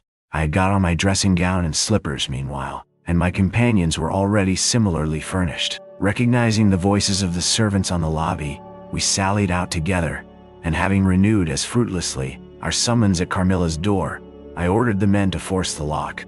They did so, and we stood holding our lights aloft in the doorway, and so stared into the room. We called her by name, but there was still no reply.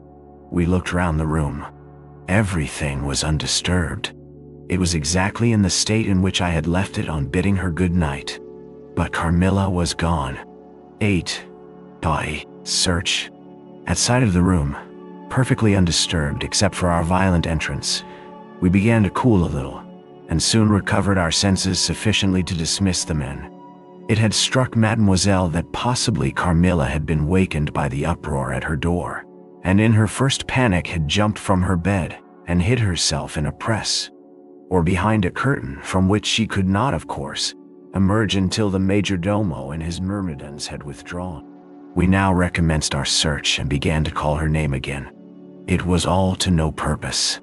Our perplexity and agitation increased. We examined the windows, but they were secured. I implored of Carmilla, if she had concealed herself, to play this cruel trick no longer, to come out and to end our anxieties. It was all useless. I was by this time convinced that she was not in the room, nor in the dressing room, the door of which was still locked on this side. She could not have passed it. I was utterly puzzled. Had Carmilla discovered one of those secret passages which the old housekeepers said were known to exist in the Schloss, although the tradition of their exact situation had been lost? A little time would, no doubt, explain all.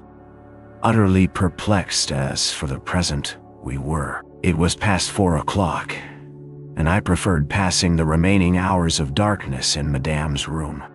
Daylight brought no solution of the difficulty.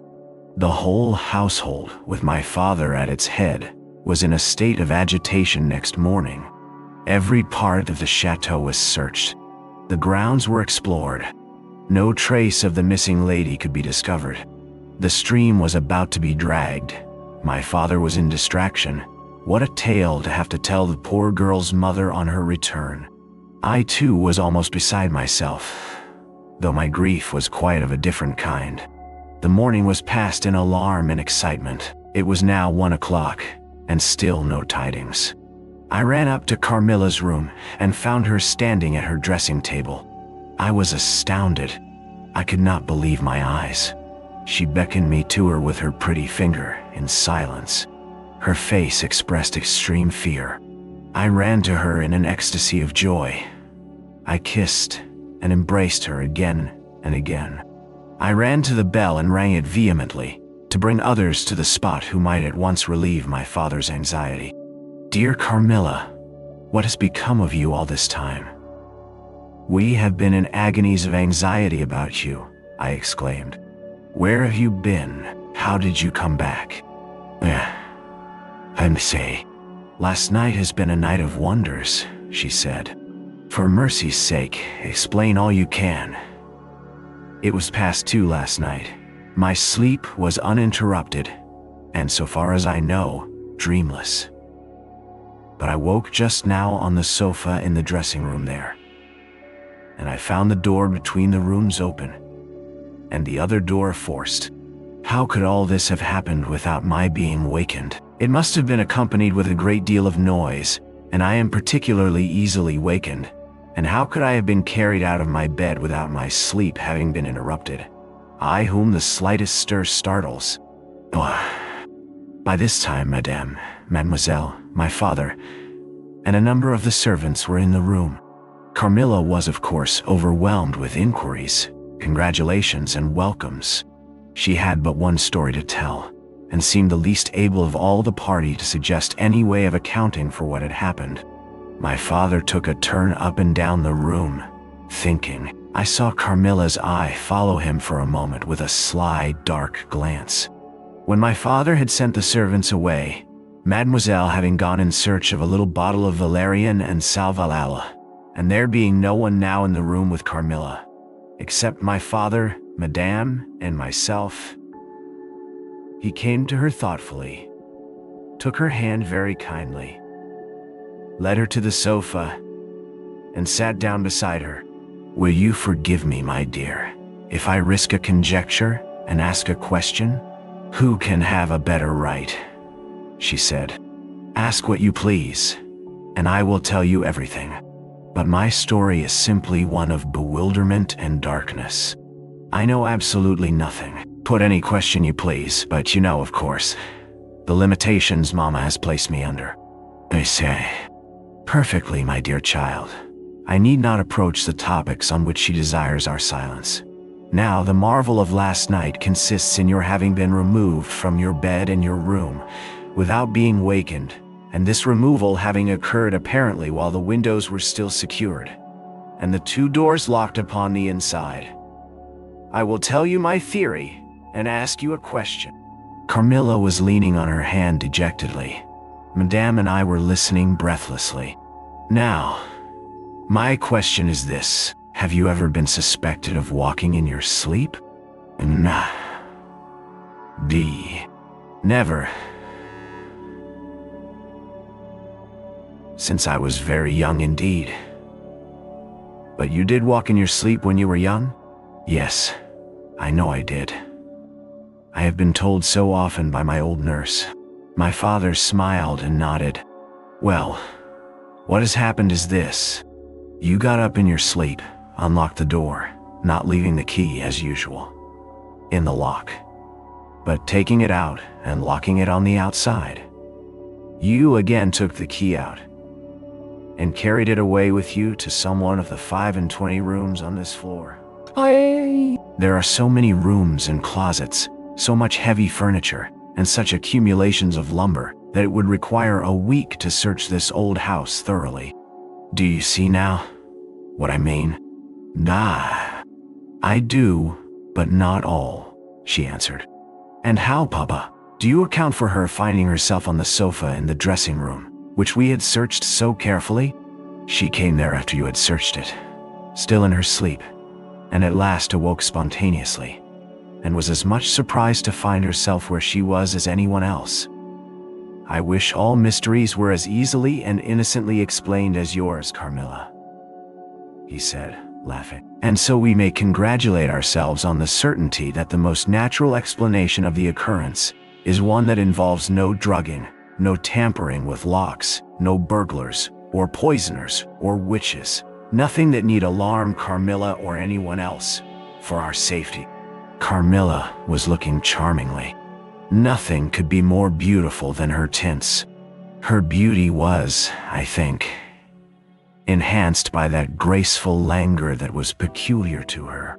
I think my father was silently contrasting her looks with mine, for he said, "I wish my poor Laura was looking more like herself."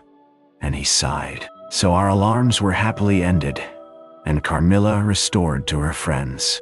I say, the doctor.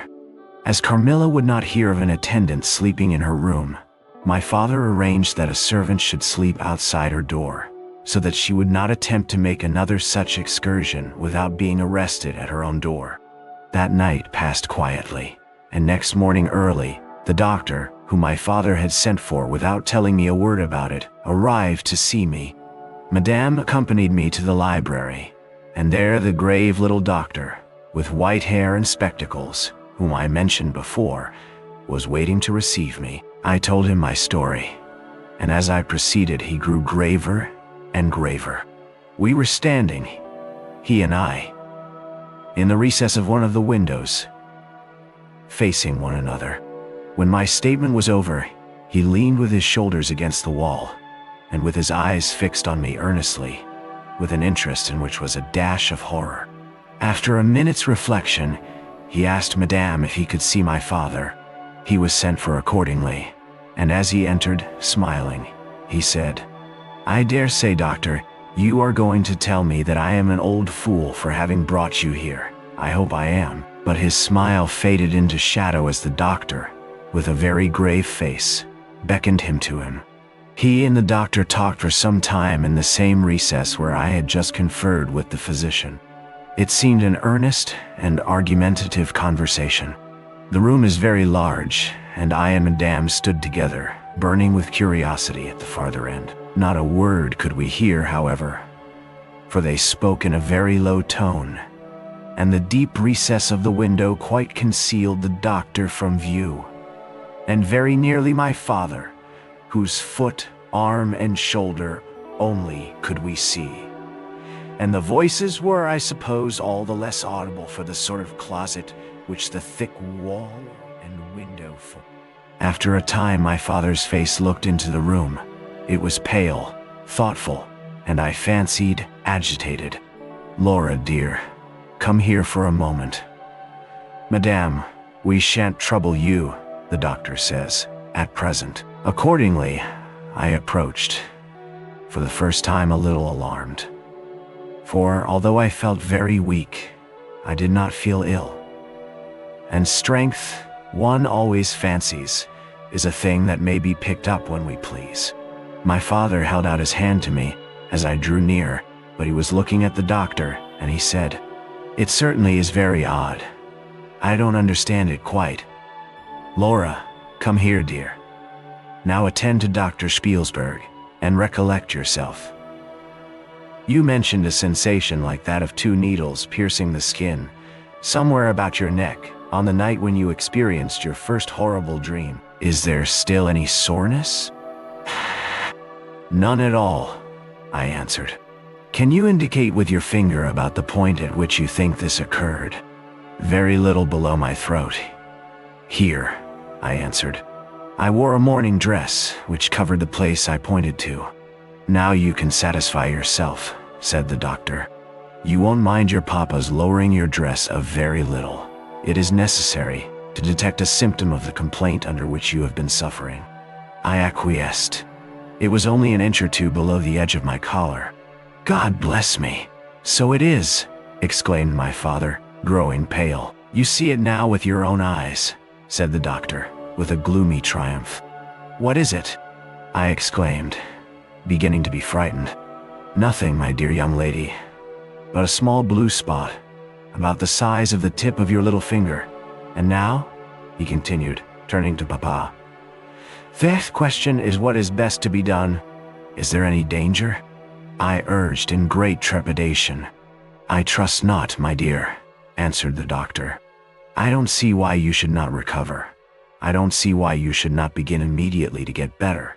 That is the point at which the sense of strangulation begins? Yes, I answered, and, recollect as well as you can, the same point was a kind of center of that thrill which you described just now, like the current of a cold stream running against you. It may have been. I think it was. You see, he added, turning to my father. Shall I say a word to Madame? Certainly, said my father. He called Madame to him and said, I find my young friend here far from well. It won't be of any great consequence, I hope, but it will be necessary that some steps be taken, which I will explain by and by. But in the meantime, Madame, you will be so good as not to let Miss Laura be alone for one moment. That is the only direction I need give for the present. It is indispensable. We may rely upon your kindness, Madame, I know, added my father.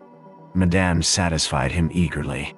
And you, dear Laura, I know you will observe the doctor's direction. I shall have to ask your opinion upon another patient, whose symptoms slightly resemble those of my daughter, that have just been detailed to you. Very much milder in degree, but I believe quite of the same sort. She is a young lady, our guest. But as you say you will be passing this way again this evening, you can't do better than take your supper here, and you can then see her. She does not come down till the afternoon. I thank you, said the doctor. I shall be with you then, at about 7 this evening.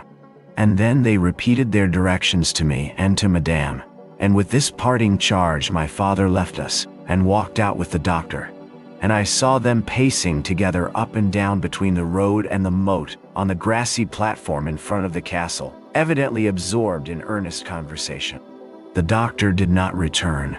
I saw him mount his horse there, take his leave, and ride away eastward through the forest. Nearly at the same time I saw the man arrive from Dranfield with the letters, and dismount and hand the bag to my father.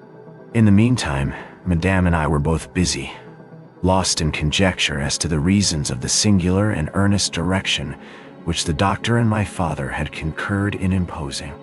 Madame, as she afterwards told me, was afraid the doctor apprehended a sudden seizure, and that, without prompt assistance, I might either lose my life in a fit or at least be seriously hurt. The interpretation did not strike me, and I fancied, perhaps luckily for my nerves, that the arrangement was prescribed simply to secure a companion who would prevent my taking too much exercise, or eating unripe fruit, or doing any of the 50 foolish things to which young people are supposed to be prone. About half an hour after my father came in, he had a letter in his hand, and said, this letter had been delayed. It is from General Spielsdorf. He might have been here yesterday. He may not come till tomorrow, or he may be here today. He put the open letter into my hand, but he did not look pleased, as he used when a guest, especially one so much loved as the general, was coming. On the contrary, he looked as if he wished him at the bottom of the Red Sea. There was plainly something on his mind which he did not choose to divulge. Papa, darling, will you tell me this? Said I, suddenly laying my hand on his arm and looking, I am sure, imploringly in his face. Perhaps, he answered, smoothing my hair caressingly over my eyes. Does the doctor think me very ill? No, dear. He thinks if right steps are taken, you will be quite well again, at least on the high road to a complete recovery, in a day or two. I wish our good friend the general had chosen any other time. That is, I wish you had been perfectly well to receive him. But do tell me, Papa, I insisted. What does he think is the matter with me? Nothing. You must not plague me with questions, he answered, with more irritation than I ever remember him to have displayed before. And seeing that I looked wounded, I suppose he kissed me, and added, you shall know all about it in a day or two. That is all that I know. In the meantime, you are not to trouble your head about it. He turned and left the room, but came back before I had done wondering and puzzling over the oddity of all this. It was merely to say that he was going to Karnstein, and had ordered the carriage to be ready at 12. and that I and Madame should accompany him. He was going to see the priest who lived near those picturesque grounds. Upon business, and as Carmilla had never seen them. At 12 o'clock, accordingly, I was ready, and not long after, my father, Madame and I set out upon our projected drive. Passing the drawbridge, we turned to the right, and follow the road over the steep Gothic bridge, westward, to reach the deserted village and ruined castle of Karnstein. No sylvan drive can be fancied prettier. The ground breaks into gentle hills and hollows, all clothed with beautiful wood, totally destitute of the comparative formality which artificial planting and early culture and pruning impart. The irregularities of the ground often lead the road out of its course, and cause it to wind beautifully round the sides of broken hollows and the steeper sides of the hills, among varieties of ground almost inexhaustible. Turning one of these points, we suddenly encountered our old friend, the general, riding towards us, attended by a mounted servant. His portmanteaus were following in a hired wagon, such as we term a cart. The general dismounted as we pulled up, and after the usual greetings, was easily persuaded to accept the vacant seat in the carriage, and send his horse on with his servant to the Schloss, bereaved. It was about 10 months since we had last seen him, but that time had sufficed to make an alteration of years in his appearance. He had grown thinner. Something of gloom and anxiety had taken the place of that cordial serenity which used to characterize his features. His dark blue eyes, always penetrating, now gleamed with a sterner light from under his shaggy gray eyebrows. It was not such a change as grief alone usually induces, and angrier passions seemed to have had their share in bringing it about. We had not long resumed our drive when the general began to talk with his usual soldierly directness of the bereavement, as he termed it, which he had sustained in the death of his beloved niece and ward. And he then broke out in a tone of intense bitterness and fury, inveighing against the hellish arts to which he had fallen a victim, and expressing with more exasperation than piety his wonder that heaven should tolerate. My father, who saw at once that something very extraordinary had befallen, asked him, if not too painful to him, to detail the circumstances which he thought justified the strong terms in which he expressed himself. I should tell you all with pleasure, said the general, but you would not believe me. Why should I not? He asked. Because, he answered testily, you believe in nothing but what consists with your own prejudices and illusions. I remember when I was like you, but I have learned better. Try me, said my father. I am not such a dogmatist as you suppose, besides which I very well know that you generally require proof for what you believe, and am, therefore, very strongly predisposed to respect your conclusions. You are right in supposing that I have not been led lightly into a belief in the marvelous, for what I have experienced is marvelous, and I have been forced by extraordinary evidence to credit that which ran counter, diametrically, to all my theories. I have been made the dupe of a preternatural conspiracy. Notwithstanding his professions of confidence in the general's penetration, I saw my father at this point glance at the general with, as I thought, a marked suspicion of his sanity. The general did not see it, luckily. He was looking gloomily and curiously into the glades and vistas of the woods that were opening before us. You are going to the ruins of Karnstein? He said. Yes. It is a lucky coincidence. Do you know I was going to ask you to bring me there to inspect them? I have a special object in exploring. There is a ruined chapel, ain't there? With a great many tombs of that extinct family. So there are. Highly interesting, said my father. I hope you are thinking of claiming the title and estates. My father said this gaily, but the general did not recollect the laugh, or even the smile, which courtesy exacts for a friend's joke. On the contrary, he looked grave and even fierce, ruminating on a matter that stirred his anger and horror. Something very different, he said gruffly. I mean to unearth some of those fine people. I hope, by God's blessing, to accomplish a pious sacrilege here, which will relieve our earth of certain monsters, and enable honest people to sleep in their beds without being assailed by murderers. I have strange things to tell you, my dear friend, such as I myself would have scouted as incredible a few months since. My father looked at him again, but this time not with a glance of suspicion, with an eye, rather, of keen intelligence and alarm. The House of Karnstein, he said, has been long extinct, 100 years at least. My dear wife was maternally descended from the Karnsteins, but the name and title have long ceased to exist. The castle is a ruin. The very village is deserted. It is 50 years since the smoke of a chimney was seen there. Not a roof left. Quite true. I have heard a great deal about that since I last saw you. A great deal that will astonish you. But I had better relate everything in the order in which it occurred, said the general. You saw my dear ward, my child, I may call her. No creature could have been more beautiful, and only 3 months ago none more blooming. Aye, poor thing. When I saw her last, she certainly was quite lovely, said my father. I was grieved and shocked more than I can tell you, my dear friend. I knew what a blow it was to you. He took the general's hand, and they exchanged a kind pressure. Tears gathered in the old soldier's eyes. He did not seek to conceal them. He said, "We have been very old friends. I knew you would feel for me, childless as I am." She had become an object of very near interest to me, and repaid my care by an affection that cheered my home and made my life happy. That is all gone. The years that remain to me on earth may not be very long, but by God's mercy I hope to accomplish a service to mankind before I die. Pray do. I assure you that it is not mere curiosity that prompts me.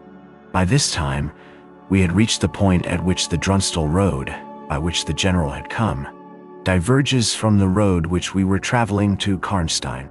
How far is it to the ruins? Inquired the general, looking anxiously forward. About half a league, answered my father. Pray, let us hear the story you were so good as to promise. The story. With all my heart, said the general, with an effort. And after a short pause in which to arrange his subject, he commenced one of the strangest narratives I ever heard. My dear child was looking forward with great pleasure to the visit you had been so good as to arrange for her to your charming daughter. Here he made me a gallant but melancholy bow. In the meantime we had an invitation to my old friend the Count Karlsfeld, whose Schloss is about 6 leagues to the other side of Karnstein. It was to attend the series of fetes which, you remember, were given by him in honor of his illustrious visitor, the Grand Duke Charles. Princely, but then his hospitalities are quite regal. He has Aladdin's lamp. The night from which my sorrow dates was devoted to a magnificent masquerade. The grounds were thrown open, the trees hung with colored lamps. There was such a display of fireworks as Paris itself had never witnessed. And such music. Music, you know, is my weakness. Such ravishing music. The finest instrumental band, perhaps in the world, and the finest singers who could be collected from all the great operas in Europe. As you wandered through these fantastically illuminated grounds, the moonlighted chateau throwing a rosy light from its long rows of windows, you would suddenly hear these ravishing voices stealing from the silence of some grove, or rising from boats upon the lake. I felt myself, as I looked and listened, carried back into the romance and poetry of my early youth. When the fireworks were ended, and the ball beginning, we returned to the noble suite of rooms that were thrown open to the dancers. A masked ball, you know, is a beautiful sight, but so brilliant a spectacle of the kind I never saw before. It was a very aristocratic assembly. I was myself almost the only nobody present. My dear child was looking quite beautiful. She wore no mask. Her excitement and delight added an unspeakable charm to her features, always lovely. I remarked a young lady, dressed magnificently, but wearing a mask, who appeared to me to be observing my ward with extraordinary interest. I had seen her, earlier in the evening, in the great hall, and again, for a few minutes, walking near us, on the terrace, under the castle windows, similarly employed. A lady, also masked, richly and gravely dressed, and with a stately air, like a person of rank, accompanied her as a chaperone. Had the young lady not worn a mask, I could, of course, have been much more certain upon the question whether she was really watching my poor darling. I am now well assured that she was. We were now in one of the salons. My poor dear child had been dancing, and was resting a little in one of the chairs near the door. I was standing near.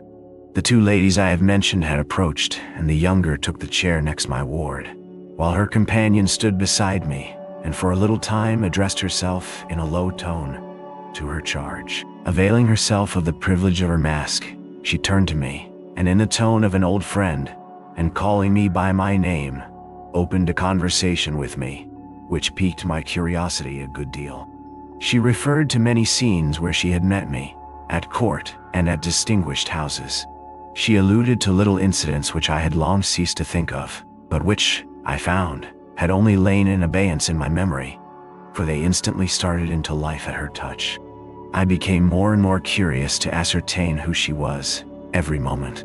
She parried my attempts to discover very adroitly and pleasantly. The knowledge she showed of many passages in my life seemed to me all but unaccountable, and she appeared to take a not unnatural pleasure in foiling my curiosity, and in seeing me flounder in my eager perplexity, from one conjecture to another. In the meantime, the young lady, whom her mother called by the odd name of Millarca, when she once or twice addressed her, had, with the same ease and grace, got into conversation with my ward. She introduced herself by saying that her mother was a very old acquaintance of mine. She spoke of the agreeable audacity which a mask rendered practicable. She talked like a friend. She admired her dress, and insinuated very prettily her admiration of her beauty. She amused her with laughing criticisms upon the people who crowded the ballroom, and laughed at my poor child's fun. She was very witty and lively when she pleased, and after a time they had grown very good friends, and the young stranger lowered her mask, displaying a remarkably beautiful face. I had never seen it before, neither had my dear child, but though it was new to us, the features were so engaging, as well as lovely, that it was impossible not to feel the attraction powerfully. My poor girl did so. I never saw anyone more taken with another at first sight, unless indeed it was the stranger herself who seemed quite to have lost her heart to her. In the meantime, availing myself of the license of a masquerade, I put not a few questions to the elder lady. "You have puzzled me utterly," I said, laughing. "Is that not enough? Won't you now consent to stand on equal terms, and do me the kindness to remove your mask? Can any request be more unreasonable?" She replied, "Ask a lady to yield an advantage. Beside, how do you know you should recognize me? Years make changes, as you see," I said, with a bow, and, I suppose, a rather melancholy little laugh. "As philosophers tell us," she said. "And how do you know that a sight of my face would help you?" "I should take chance for that," I answered. "It is vain trying to make yourself out an old woman. Your figure betrays you. Years nevertheless have passed since I saw you, rather since you saw me, for that is what I am considering. Millarca there is my daughter. I cannot then be young, even in the opinion of people whom time has taught to be indulgent, and I may not like to be compared with what you remember me. You have no mask to remove. You can offer me nothing in exchange. My petition is to your pity, to remove it. Why, and mine to yours, to let it stay where it is," she replied. "Well then, at least you will tell me whether you are French or German. You speak both languages so perfectly." "Oh, I don't think I shall tell you that, General. You intend a surprise, and are meditating the particular point of attack. Oh, at all events you won't deny this, I said, that being honored by your permission to converse, I ought to know how to address you. She laughed, and she would no doubt have met me with another evasion. If, indeed, I can treat any occurrence in an interview, every circumstance of which was prearranged, as I now believe with the profoundest cunning, as liable to be modified by accident. As to that, she began.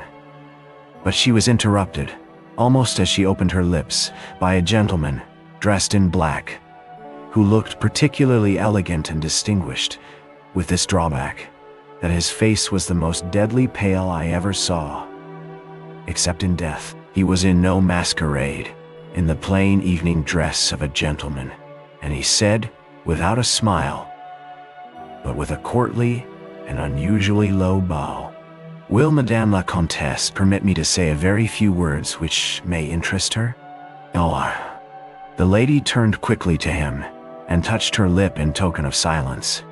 She then said to me, "Keep my place for me." They then walked away slowly together in the crowd, and I lost them for some minutes. I spent the interval in cudgeling my brains for a conjecture as to the identity of the lady who seemed to remember me so kindly, and I was thinking of turning about and joining in the conversation between my pretty ward and the Countess's daughter, and trying whether by the time she returned, I might not have a surprise in store for her by having her name, title, chateau, and estates at my finger's end.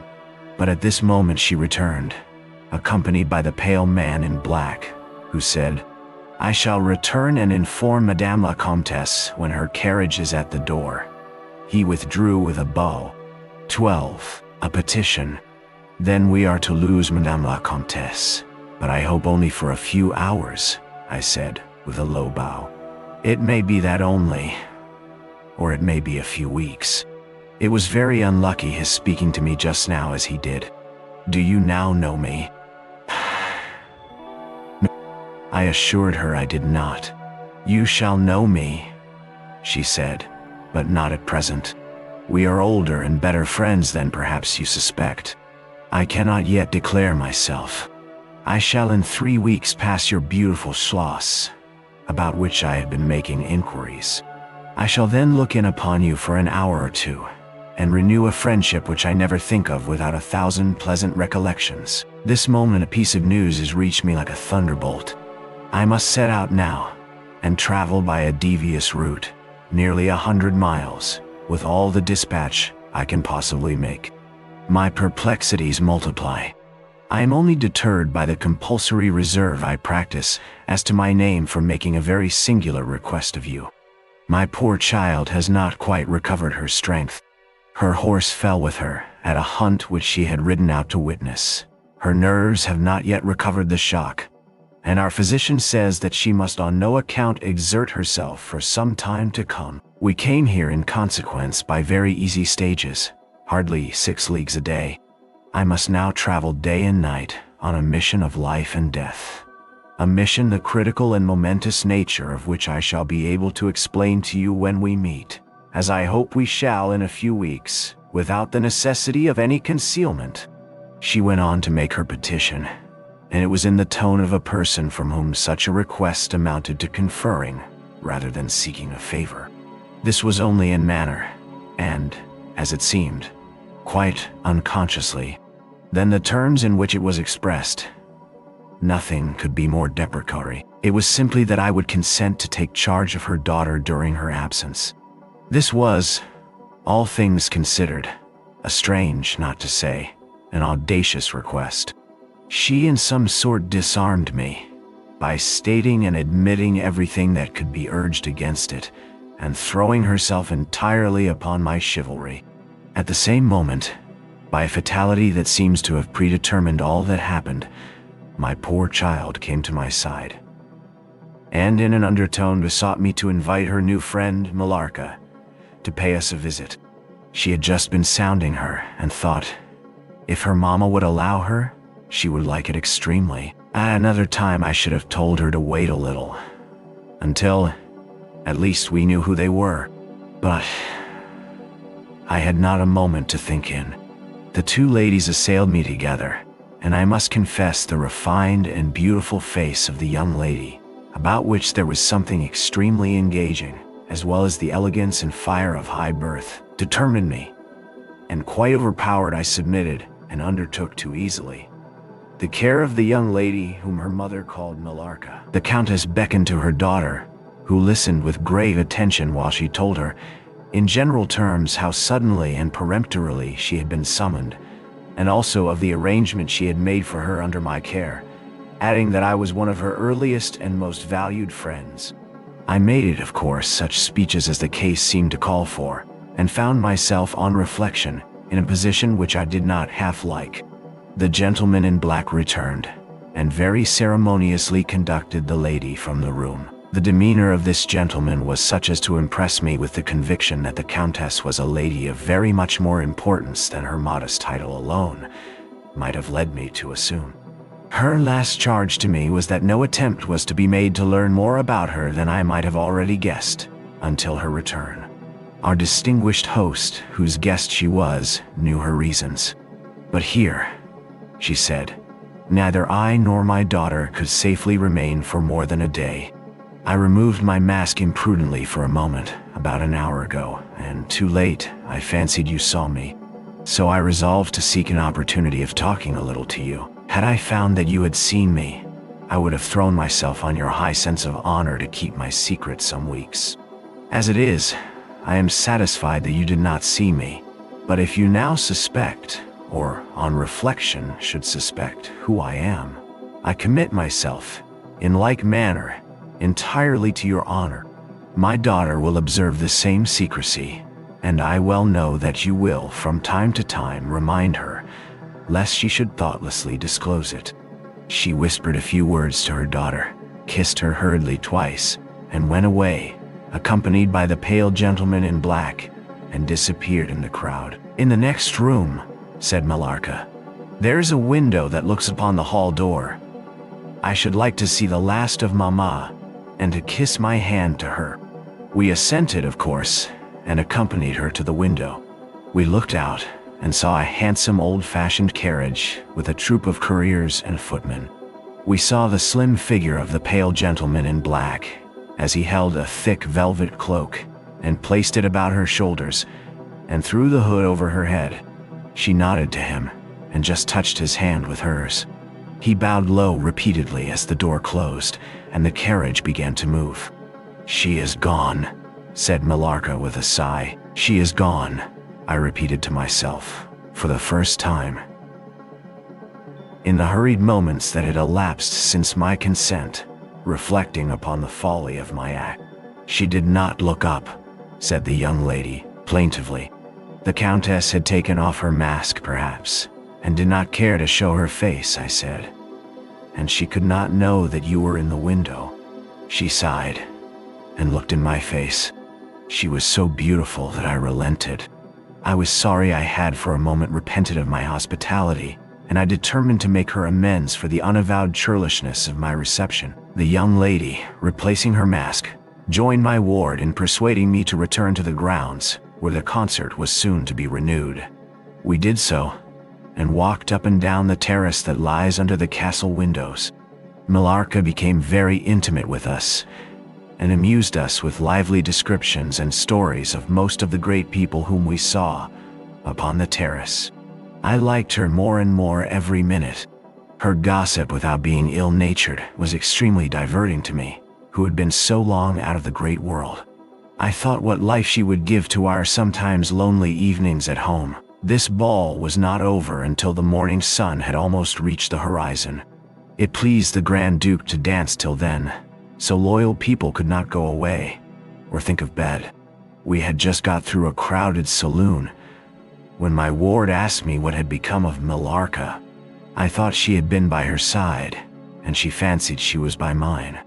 The fact was, we had lost her. All my efforts to find her were vain. I feared that she had mistaken, in the confusion of a momentary separation from us, other people for her new friends, and had possibly pursued and lost them in the extensive grounds which were thrown open to us. Now, in its full force, I recognized a new folly in my having undertaken the charge of a young lady without so much as knowing her name. And fettered as I was by promises of the reasons for imposing which I knew nothing, I could not even point my inquiries by saying that the missing young lady was the daughter of the countess who had taken her departure a few hours before. Morning broke. It was clear daylight before I gave up my search. It was not till near 2 o'clock next day that we heard anything of my missing charge. About that time, a servant knocked at my niece's door to say that he had been earnestly requested by a young lady, who appeared to be in great distress, to make out where she could find the General Baron Spielsdorf. There could be no doubt, notwithstanding the slight inaccuracy, that our young friend had turned up, and so she had. Would to heaven we had lost her. She told my poor child a story to account for her having failed to recover us for so long. Very late, she said. She had got to the housekeeper's bedroom in despair of finding us, and had then fallen into a deep sleep, which, long as it was, had hardly sufficed to recruit her strength after the fatigues of the ball. That day Millarca came home with us. I was only too happy, after all, to have secured so charming a companion for my dear girl. The woodman. There soon, however, appeared some drawbacks.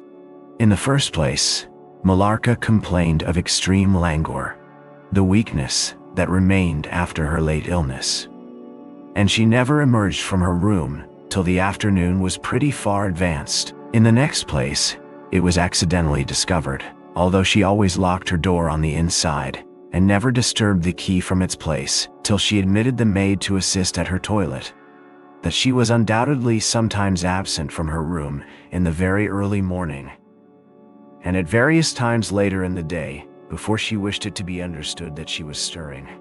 She was repeatedly seen from the windows of the Schloss, in the first faint gray of the morning, walking through the trees in an easterly direction, and looking like a person in a trance. This convinced me that she walked in her sleep, but this hypothesis did not solve the puzzle. How did she pass out from her room, leaving the door locked on the inside? How did she escape from the house without unbarring door or window? In the midst of my perplexities, an anxiety of a far more urgent kind presented itself. My dear child began to lose her looks and health, and that in a manner so mysterious and even horrible that I became thoroughly frightened. She was at first visited by appalling dreams, then, as she fancied, by a specter, sometimes resembling Millarca, sometimes in the shape of a beast, indistinctly seen, walking round the foot of her bed, from side to side. Lastly, came sensations.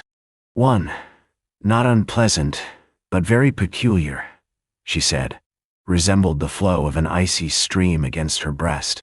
At a later time, she felt something like a pair of large needles pierce her, a little below the throat with a very sharp pain.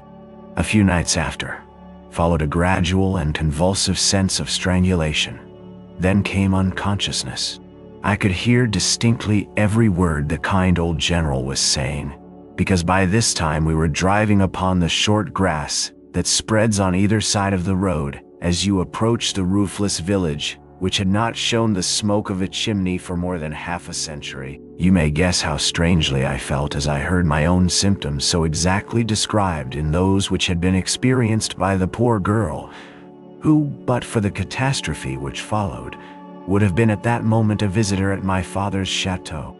You may suppose also how I felt as I heard him detail habits and mysterious peculiarities which were, in fact, those of our beautiful guest, Carmilla. A vista opened in the forest.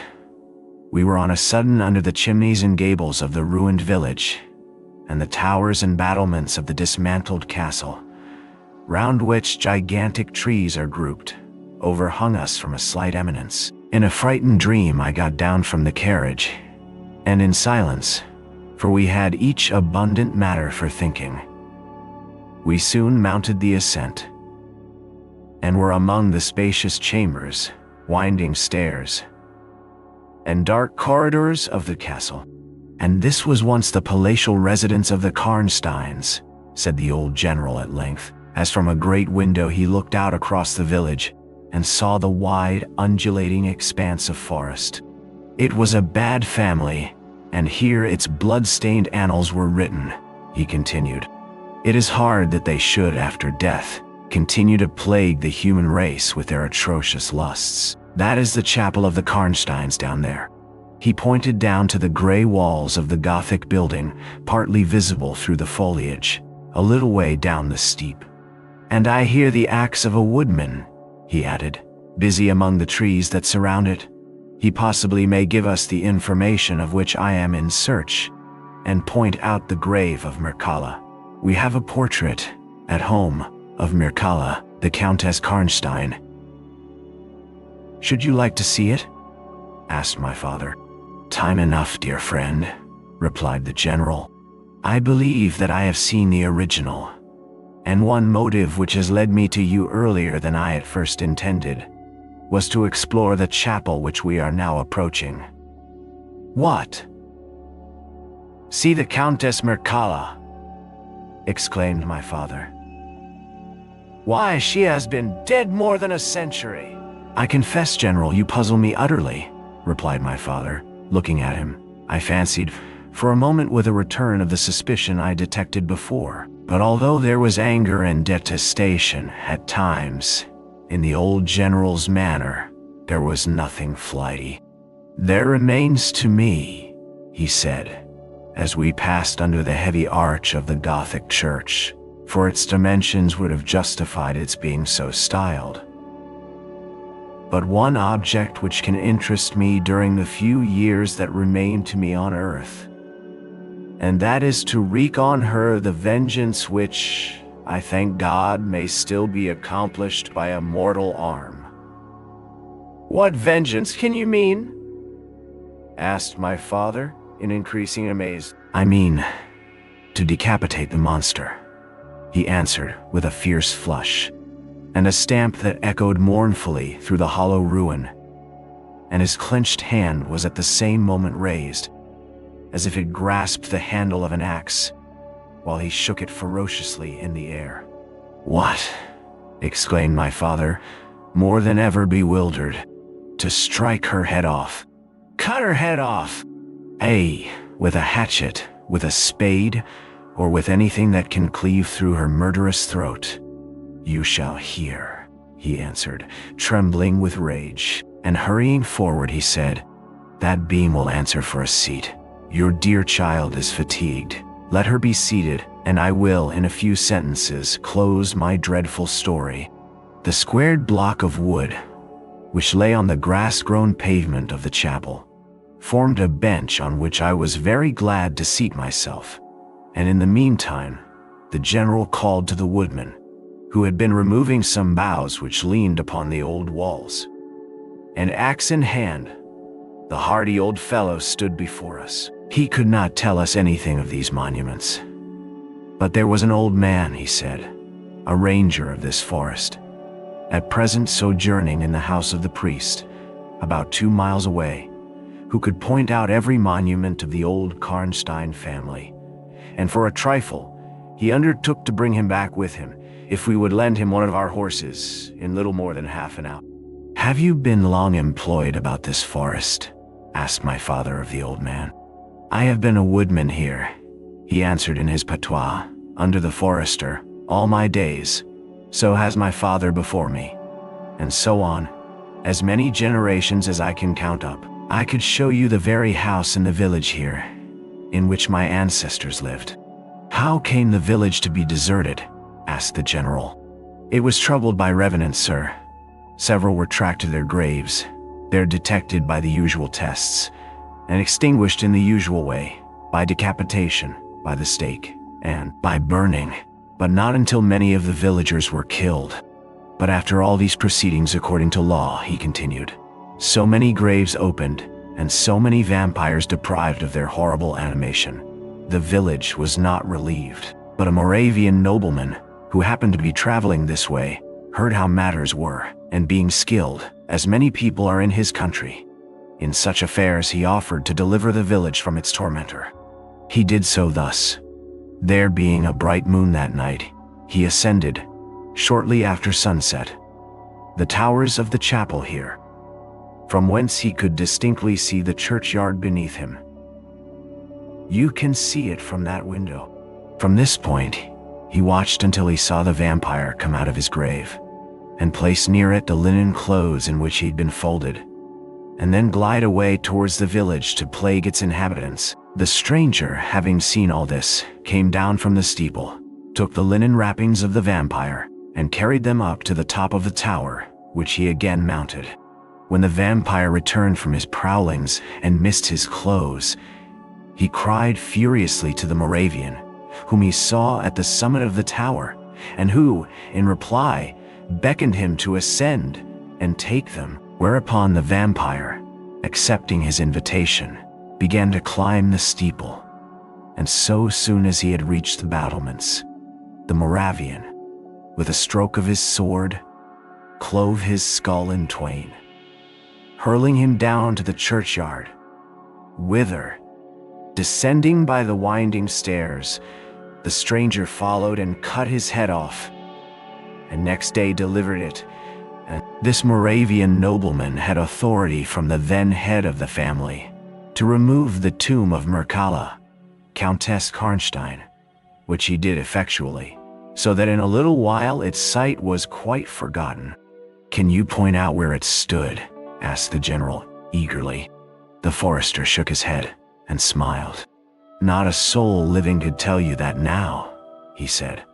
Besides, they say her body was removed, but no one is sure of that either. Having thus spoken, as time pressed, he dropped his axe and departed, leaving us to hear the remainder of the general's strange story. 14t. The meeting. My beloved child, he resumed, was now growing rapidly worse. The physician who attended her had failed to produce the slightest impression on her disease, for such I then supposed it to be. He saw my alarm and suggested a consultation. I called in an abler physician from Graz. Several days elapsed before he arrived. He was a good and pious, as well as a learned man. Having seen my poor ward together, they withdrew to my library to confer and discuss. I, from the adjoining room, where I awaited their summons, heard these two gentlemen's voices raised in something sharper than a strictly philosophical discussion. I knocked at the door and entered. I found the old physician from Graz maintaining his theory. His rival was combating it with undisguised ridicule, accompanied with bursts of laughter. This unseemly manifestation subsided, and the altercation ended on my entrance. Sir, said my first physician, my learned brother seems to think that you want a conjurer, and not a doctor. Pardon me, said the old physician from Graz, looking displeased. I shall state my own view of the case in my own way another time. I grieve, Monsieur le General, that by my skill and science I can be of no use. Before I go, I shall do myself the honor to suggest something to you. He seemed thoughtful, and sat down at a table and began to write. Profoundly disappointed, I made my bow, and as I turned to go, the other doctor pointed over his shoulder to his companion who was writing, and then, with a shrug, significantly touched his forehead. This consultation, then, left me precisely where I was. I walked out into the grounds all but distracted. The doctor from Graz, in 10 or 15 minutes, overtook me. He apologized for having followed me, but said that he could not conscientiously take his leave without a few words more. He told me that he could not be mistaken. No natural disease exhibited the same symptoms, and that death was already very near. There remained, however, a day, or possibly two, of life. If the fatal seizure were at once arrested, with great care and skill her strength might possibly return.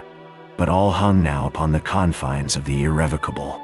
One more assault might extinguish the last spark of vitality which is, every moment, ready to die. And what is the nature of the seizure you speak of? I entreated. I have stated all fully in this note. which I place in your hands upon the distinct condition that you send for the nearest clergyman, and open my letter in his presence, and on no account read it till he is with you. You would despise it else, and it is a matter of life and death. Should the priest fail you then, indeed, you may read it. He asked me, before taking his leave finally, whether I would wish to see a man curiously learned upon the very subject, which, after I had read his letter, would probably interest me above all others, and he urged me earnestly to invite him to visit him there, and so took his leave. The ecclesiastic was absent, and I read the letter by myself. At another time, or in another case, it might have excited my ridicule, but into what quackeries will not people rush for a last chance, where all accustomed means have failed, and the life of a beloved object is at stake. Nothing, you will say, could be more absurd than the learned man's letter. It was monstrous enough to have consigned him to a madhouse.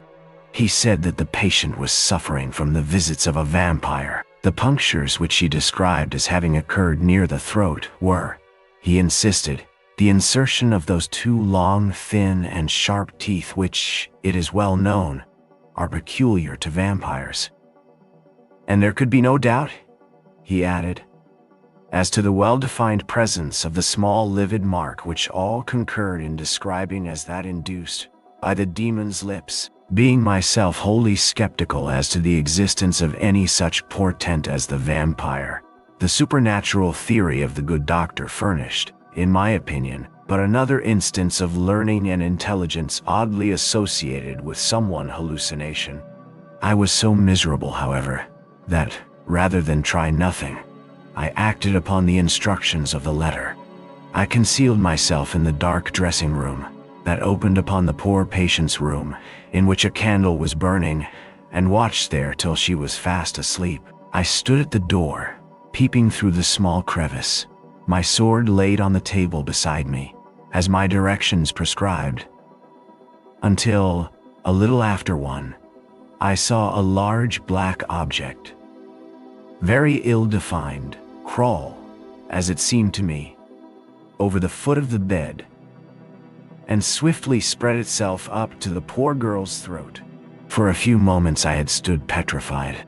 I now sprang forward, with my sword in my hand. The black creature suddenly contracted towards the foot of the bed, glided over it, and, standing on the floor about a yard below the foot of the bed, with a glare of skulking ferocity and horror fixed on me, I saw Millarca.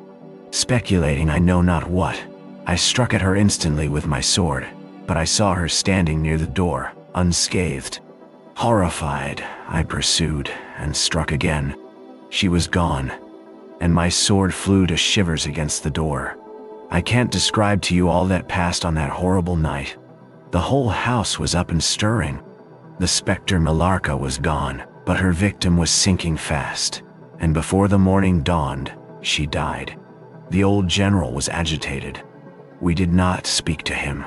My father walked to some little distance, and began reading the inscriptions on the tombstones, and thus occupied, he strolled into the door of a side chapel to prosecute his researches. The general leaned against the wall, dried his eyes, and sighed heavily. I was relieved on hearing the voices of Carmilla and Madame, who were at that moment approaching. The voices died away. In this solitude, having just listened to so strange a story, connected as it was with the great and titled dead, whose monuments were moldering among the dust and ivy round us, and every incident of which bore so awfully upon my own mysterious case. In this haunted spot, darkened by the towering foliage that rose on every side, dense and high above its noiseless walls, a horror began to steal over me. The old general's eyes were fixed on the ground, as he leaned with his hand upon the basement of a shattered monument, under a narrow arched doorway, surmounted by one of those demoniacal grotesques in which the cynical and ghastly fancy of old Gothic carving delights. I saw very gladly the beautiful face and figure of Carmilla enter the shadowy chapel. I was just about to rise and speak, and nodded smiling, in answer to her peculiarly engaging smile. When, with a cry, the old man by my side caught up the woodman's hatchet and started forward. On seeing him, a brutalized change came over her features. It was an instantaneous and horrible transformation, as she made a crouching step backwards. Before I could utter a scream, he struck at her with all his force, but she dived under his blow and, unscathed, caught him in her tiny grasp by the wrist. He struggled for a moment to release his arm, but his hand opened. The axe fell to the ground, and the girl was gone. He staggered against the wall. His gray hair stood upon his head, and a moisture shone over his face, as if he were at the point of death. The frightful scene had passed in a moment. The first thing I recollect after is Madame standing before me, and impatiently repeating again and again the question, "Where is Mademoiselle Carmilla?" I answered at length, "I don't know. I can't tell. She went there. Sure." She then began to call Carmilla through every door and passage and from the windows, but no answer came. "She called herself Carmilla?" asked the general, still agitated. "Carmilla, yes," I answered. "Eh," he said. "That is Millarca. That is the same person who long ago was called Mircalla. Countess Karnstein, depart from this accursed ground, my poor child, as quickly as you can. Drive to the clergyman's house, and stay there till we come. Be gone. May you never behold Carmilla more. You will not find her here." 15. Ordeal and Execution. As he spoke, one of the strangest-looking men I ever beheld entered the chapel at the door through which Carmilla had made her entrance and her exit. He was tall, narrow-chested, stooping, with high shoulders, and dressed in black. His face was brown and dried in with deep furrows. He wore an oddly shaped hat with a broad leaf. His hair, long and grizzled, hung on his shoulders. He wore a pair of gold spectacles and walked slowly, with an odd shambling gait, with his face sometimes turned up to the sky and sometimes bowed down towards the ground. Seemed to wear a perpetual smile. His long, thin arms were swinging, and his lank hands in old black gloves, ever so much too wide for them, waving and gesticulating in utter abstract. "The very man!" exclaimed the general, advancing with manifest delight. "My dear Baron, how happy I am to see you. I had no hope of meeting you so soon." He signed to my father, who had by this time returned, and leading the fantastic old gentleman, whom he called the Baron, to meet him, he introduced him formally, and they at once entered into earnest conversation. The stranger took a roll of paper from his pocket and spread it on the worn surface of a tomb that stood by. He had a pencil case in his fingers, with which he traced imaginary lines from point to point on the paper, which, from their often glancing from it, together, at certain points of the building, I concluded to be a plan of the chapel. He accompanied what I may term his lecture, with occasional readings from a dirty little book, whose yellow leaves were closely written over. They sauntered together down the side aisle, opposite to the spot where I was standing, conversing as they went. Then they began measuring distances by paces. And finally they all stood together, facing a piece of the side wall, which they began to examine with great minuteness, pulling off the ivy that clung over it, and rapping the plaster with the ends of their sticks, scraping here and knocking there. At length, they ascertained the existence of a broad marble tablet, with letters carved in relief upon it. With the assistance of the woodman, who soon returned, a monumental inscription and carved escutcheon were disclosed. They proved to be those of the long-lost monument of Mircalla, Countess Karnstein. The old general, though not, I fear, given to the praying mood, raised his hands and eyes to heaven in mute thanksgiving for some moments. "Tomorrow," I heard him say, "the commissioner will be here, and the inquisition will be held according to law." Then, turning to the old man with the gold spectacles, whom I have described, he shook him warmly by both hands and said, "Baron, how can I thank you? How can we all thank you? You will have delivered this region from a plague that has scourged its inhabitants for more than a century. The horrible enemy, thank God, is at last tracked." My father led the stranger aside, and the general followed. I know that he had led them out of hearing, that he might relate my case, and I saw them glance often quickly at me as the discussion proceeded. My father came to me, kissed me again and again, and leading me from the chapel said, "It is time to return, but before we go home, we must add to our party the good priest, who lives but a little way from this, and persuade him to accompany us to the Schloss." In this quest we were successful, and I was glad, being unspeakably fatigued when we reached home. But my satisfaction was changed to dismay on discovering that there were no tidings of Carmilla. Of the scene that had occurred in the ruined chapel, no explanation was offered to me, and it was clear that it was a secret which my father for the present determined to keep from me. The sinister absence of Carmilla made the remembrance of the scene more horrible to me. The arrangements for the night were singular. 2 servants and Madame were to sit up in my room that night, and the ecclesiastic with my father kept watch in the adjoining dressing room. The priest had performed certain solemn rites that night, the purport of which I did not understand any more than I comprehended the reason of this extraordinary precaution taken for my safety during sleep. I saw all clearly a few days later. The disappearance of Carmilla was followed by the discontinuance of my nightly sufferings. You have heard, no doubt, of the appalling superstition that prevails in Upper and Lower Styria, in Moravia, Silesia, in Turkish Serbia, in Poland, even in Russia. The superstition, so we must call it, of the vampire. If human testimony, taken with every care and solemnity, judicially, before commissions innumerable, each consisting of many members, all chosen for integrity and intelligence, and constituting reports more voluminous, of case.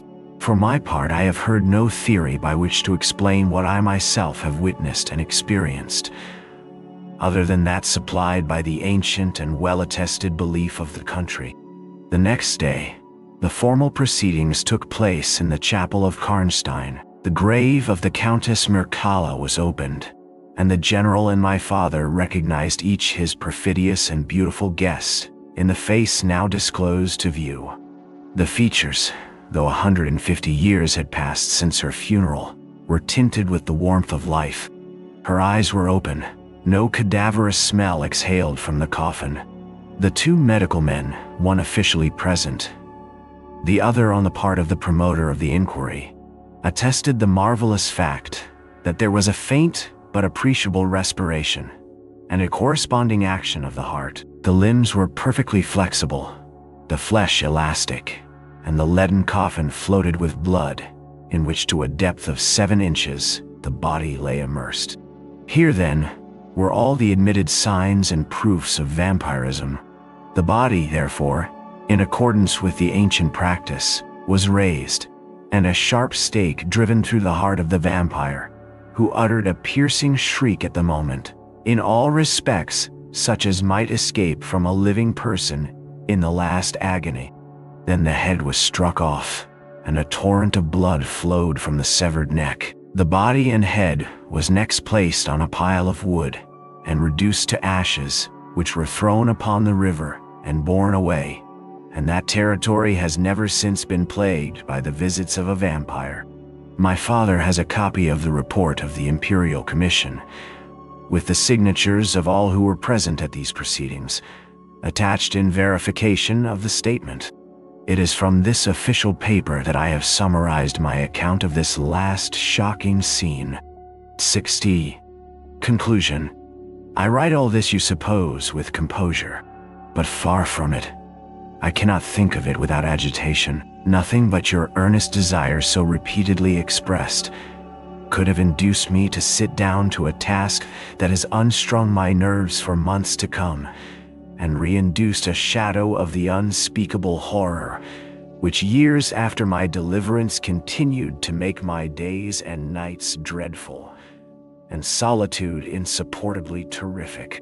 Let me add a word or two about that quaint Baron Vordenberg, to whose curious lore we were indebted for the discovery of the Countess Mircalla's grave. He had taken up his abode in Graz, where, living upon a mere pittance, which was all that remained to him of the once princely estates of his family, in Upper Styria, he devoted himself to the minute and laborious investigation of the marvelously authenticated tradition of vampirism. He had at his fingers' ends all the great and little works upon the subject.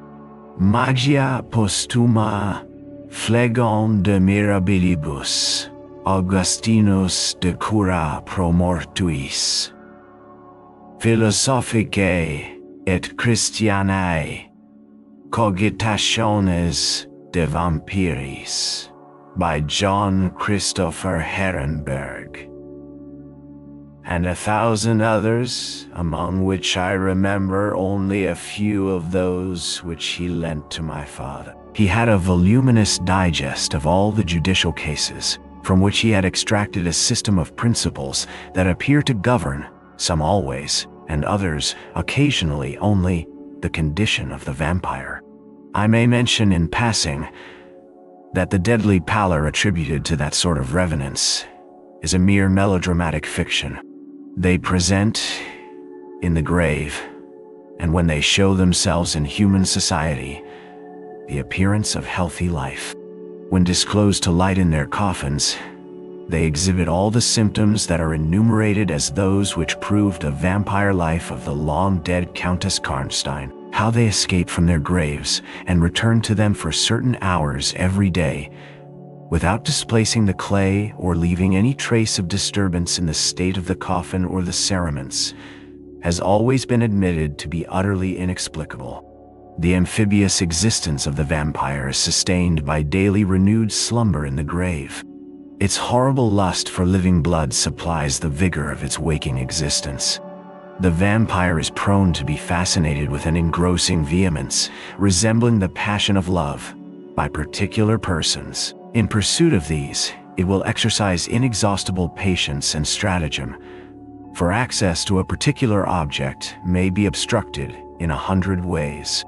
It will never desist until it has satiated its passion and drained the very life of its coveted victim. But it will, in these cases, husband and protract its murderous enjoyment with the refinement of an epicure, and heighten it by the gradual approaches of an artful courtship. In these cases, it seems to yearn for something like sympathy and consent. In ordinary ones, it goes direct to its object, overpowers with violence, and strangles and exhausts, often at a single feast. The vampire is, apparently, subject, in certain situations, to special conditions. In the particular instance of which I have given you a relation, Mircalla seemed to be limited to a name which, if not her real one, should at least reproduce, without the omission or addition of a single letter, those, as we say anagrammatically, which compose it. Carmilla did this. So did Malarkatad. My father related to the Baron Vordenberg, who remained with us for 2 or 3 weeks after the expulsion of Carmilla, the story about the Moravian nobleman and the vampire at Karnstein churchyard. And then he asked the Baron how he had discovered the exact position of the long-concealed tomb of the Countess Mircalla. The Baron's grotesque features puckered up into a mysterious smile. He looked down, still smiling on his worn spectacle case, and fumbled with it. Then looking up, he said, "I have many journals and other papers written by that remarkable man. The most curious among them is one treating of the visit of which you speak, to Karnstein. The tradition, of course, discolors and distorts a little. He might have been termed a Moravian nobleman, for he had changed his abode to that territory, and was, beside, a noble. But he was, in truth, a native of Upper Styria. It is enough to say that in very early youth he had been a passionate and favored lover of the beautiful Mircalla, Countess Karnstein. Her early death plunged him into inconsolable grief. It is the nature of vampires to increase and multiply, but according to an ascertained and ghostly law, assume, at starting, a territory perfectly free from that pest. How does it begin? And how does it multiply itself? I will tell you. A person, more or less wicked, puts an end to himself. A suicide, under certain circumstances, becomes a vampire. That specter visits living people in their slumbers. They die, and almost invariably, in the grave, develop into vampires. This happened in the case of the beautiful Mircalla, who was haunted by one of those demons. My ancestor, Vordenberg, whose title I still bear, soon discovered this, and in the course of the studies to which he devoted himself, learned a great deal more. Among other things, he concluded that suspicion of vampirism would probably fall, sooner or later, upon the dead countess, who in life had been his idol. He conceived a horror, be she what she might, of her remains being profaned by the outrage of a posthumous execution. He has left a curious paper to prove that the vampire, on its expulsion from its amphibious existence, is projected into a far more horrible life, and he resolved to save his once beloved Mircalla from this. He adopted the stratagem of a journey here, a pretended removal of her remains, and a real obliteration of her monument. When age had stolen upon him, and from the veil of years, he looked back on the scenes he was leaving, he considered, in a different spirit, what he had done, and a horror took possession of him. He made the tracings and notes which have guided me to the very spot, and drew up a confession of the deception that he had practiced it. We talked a little more, and among other things he said was this: one sign of the vampire is the power of the hand.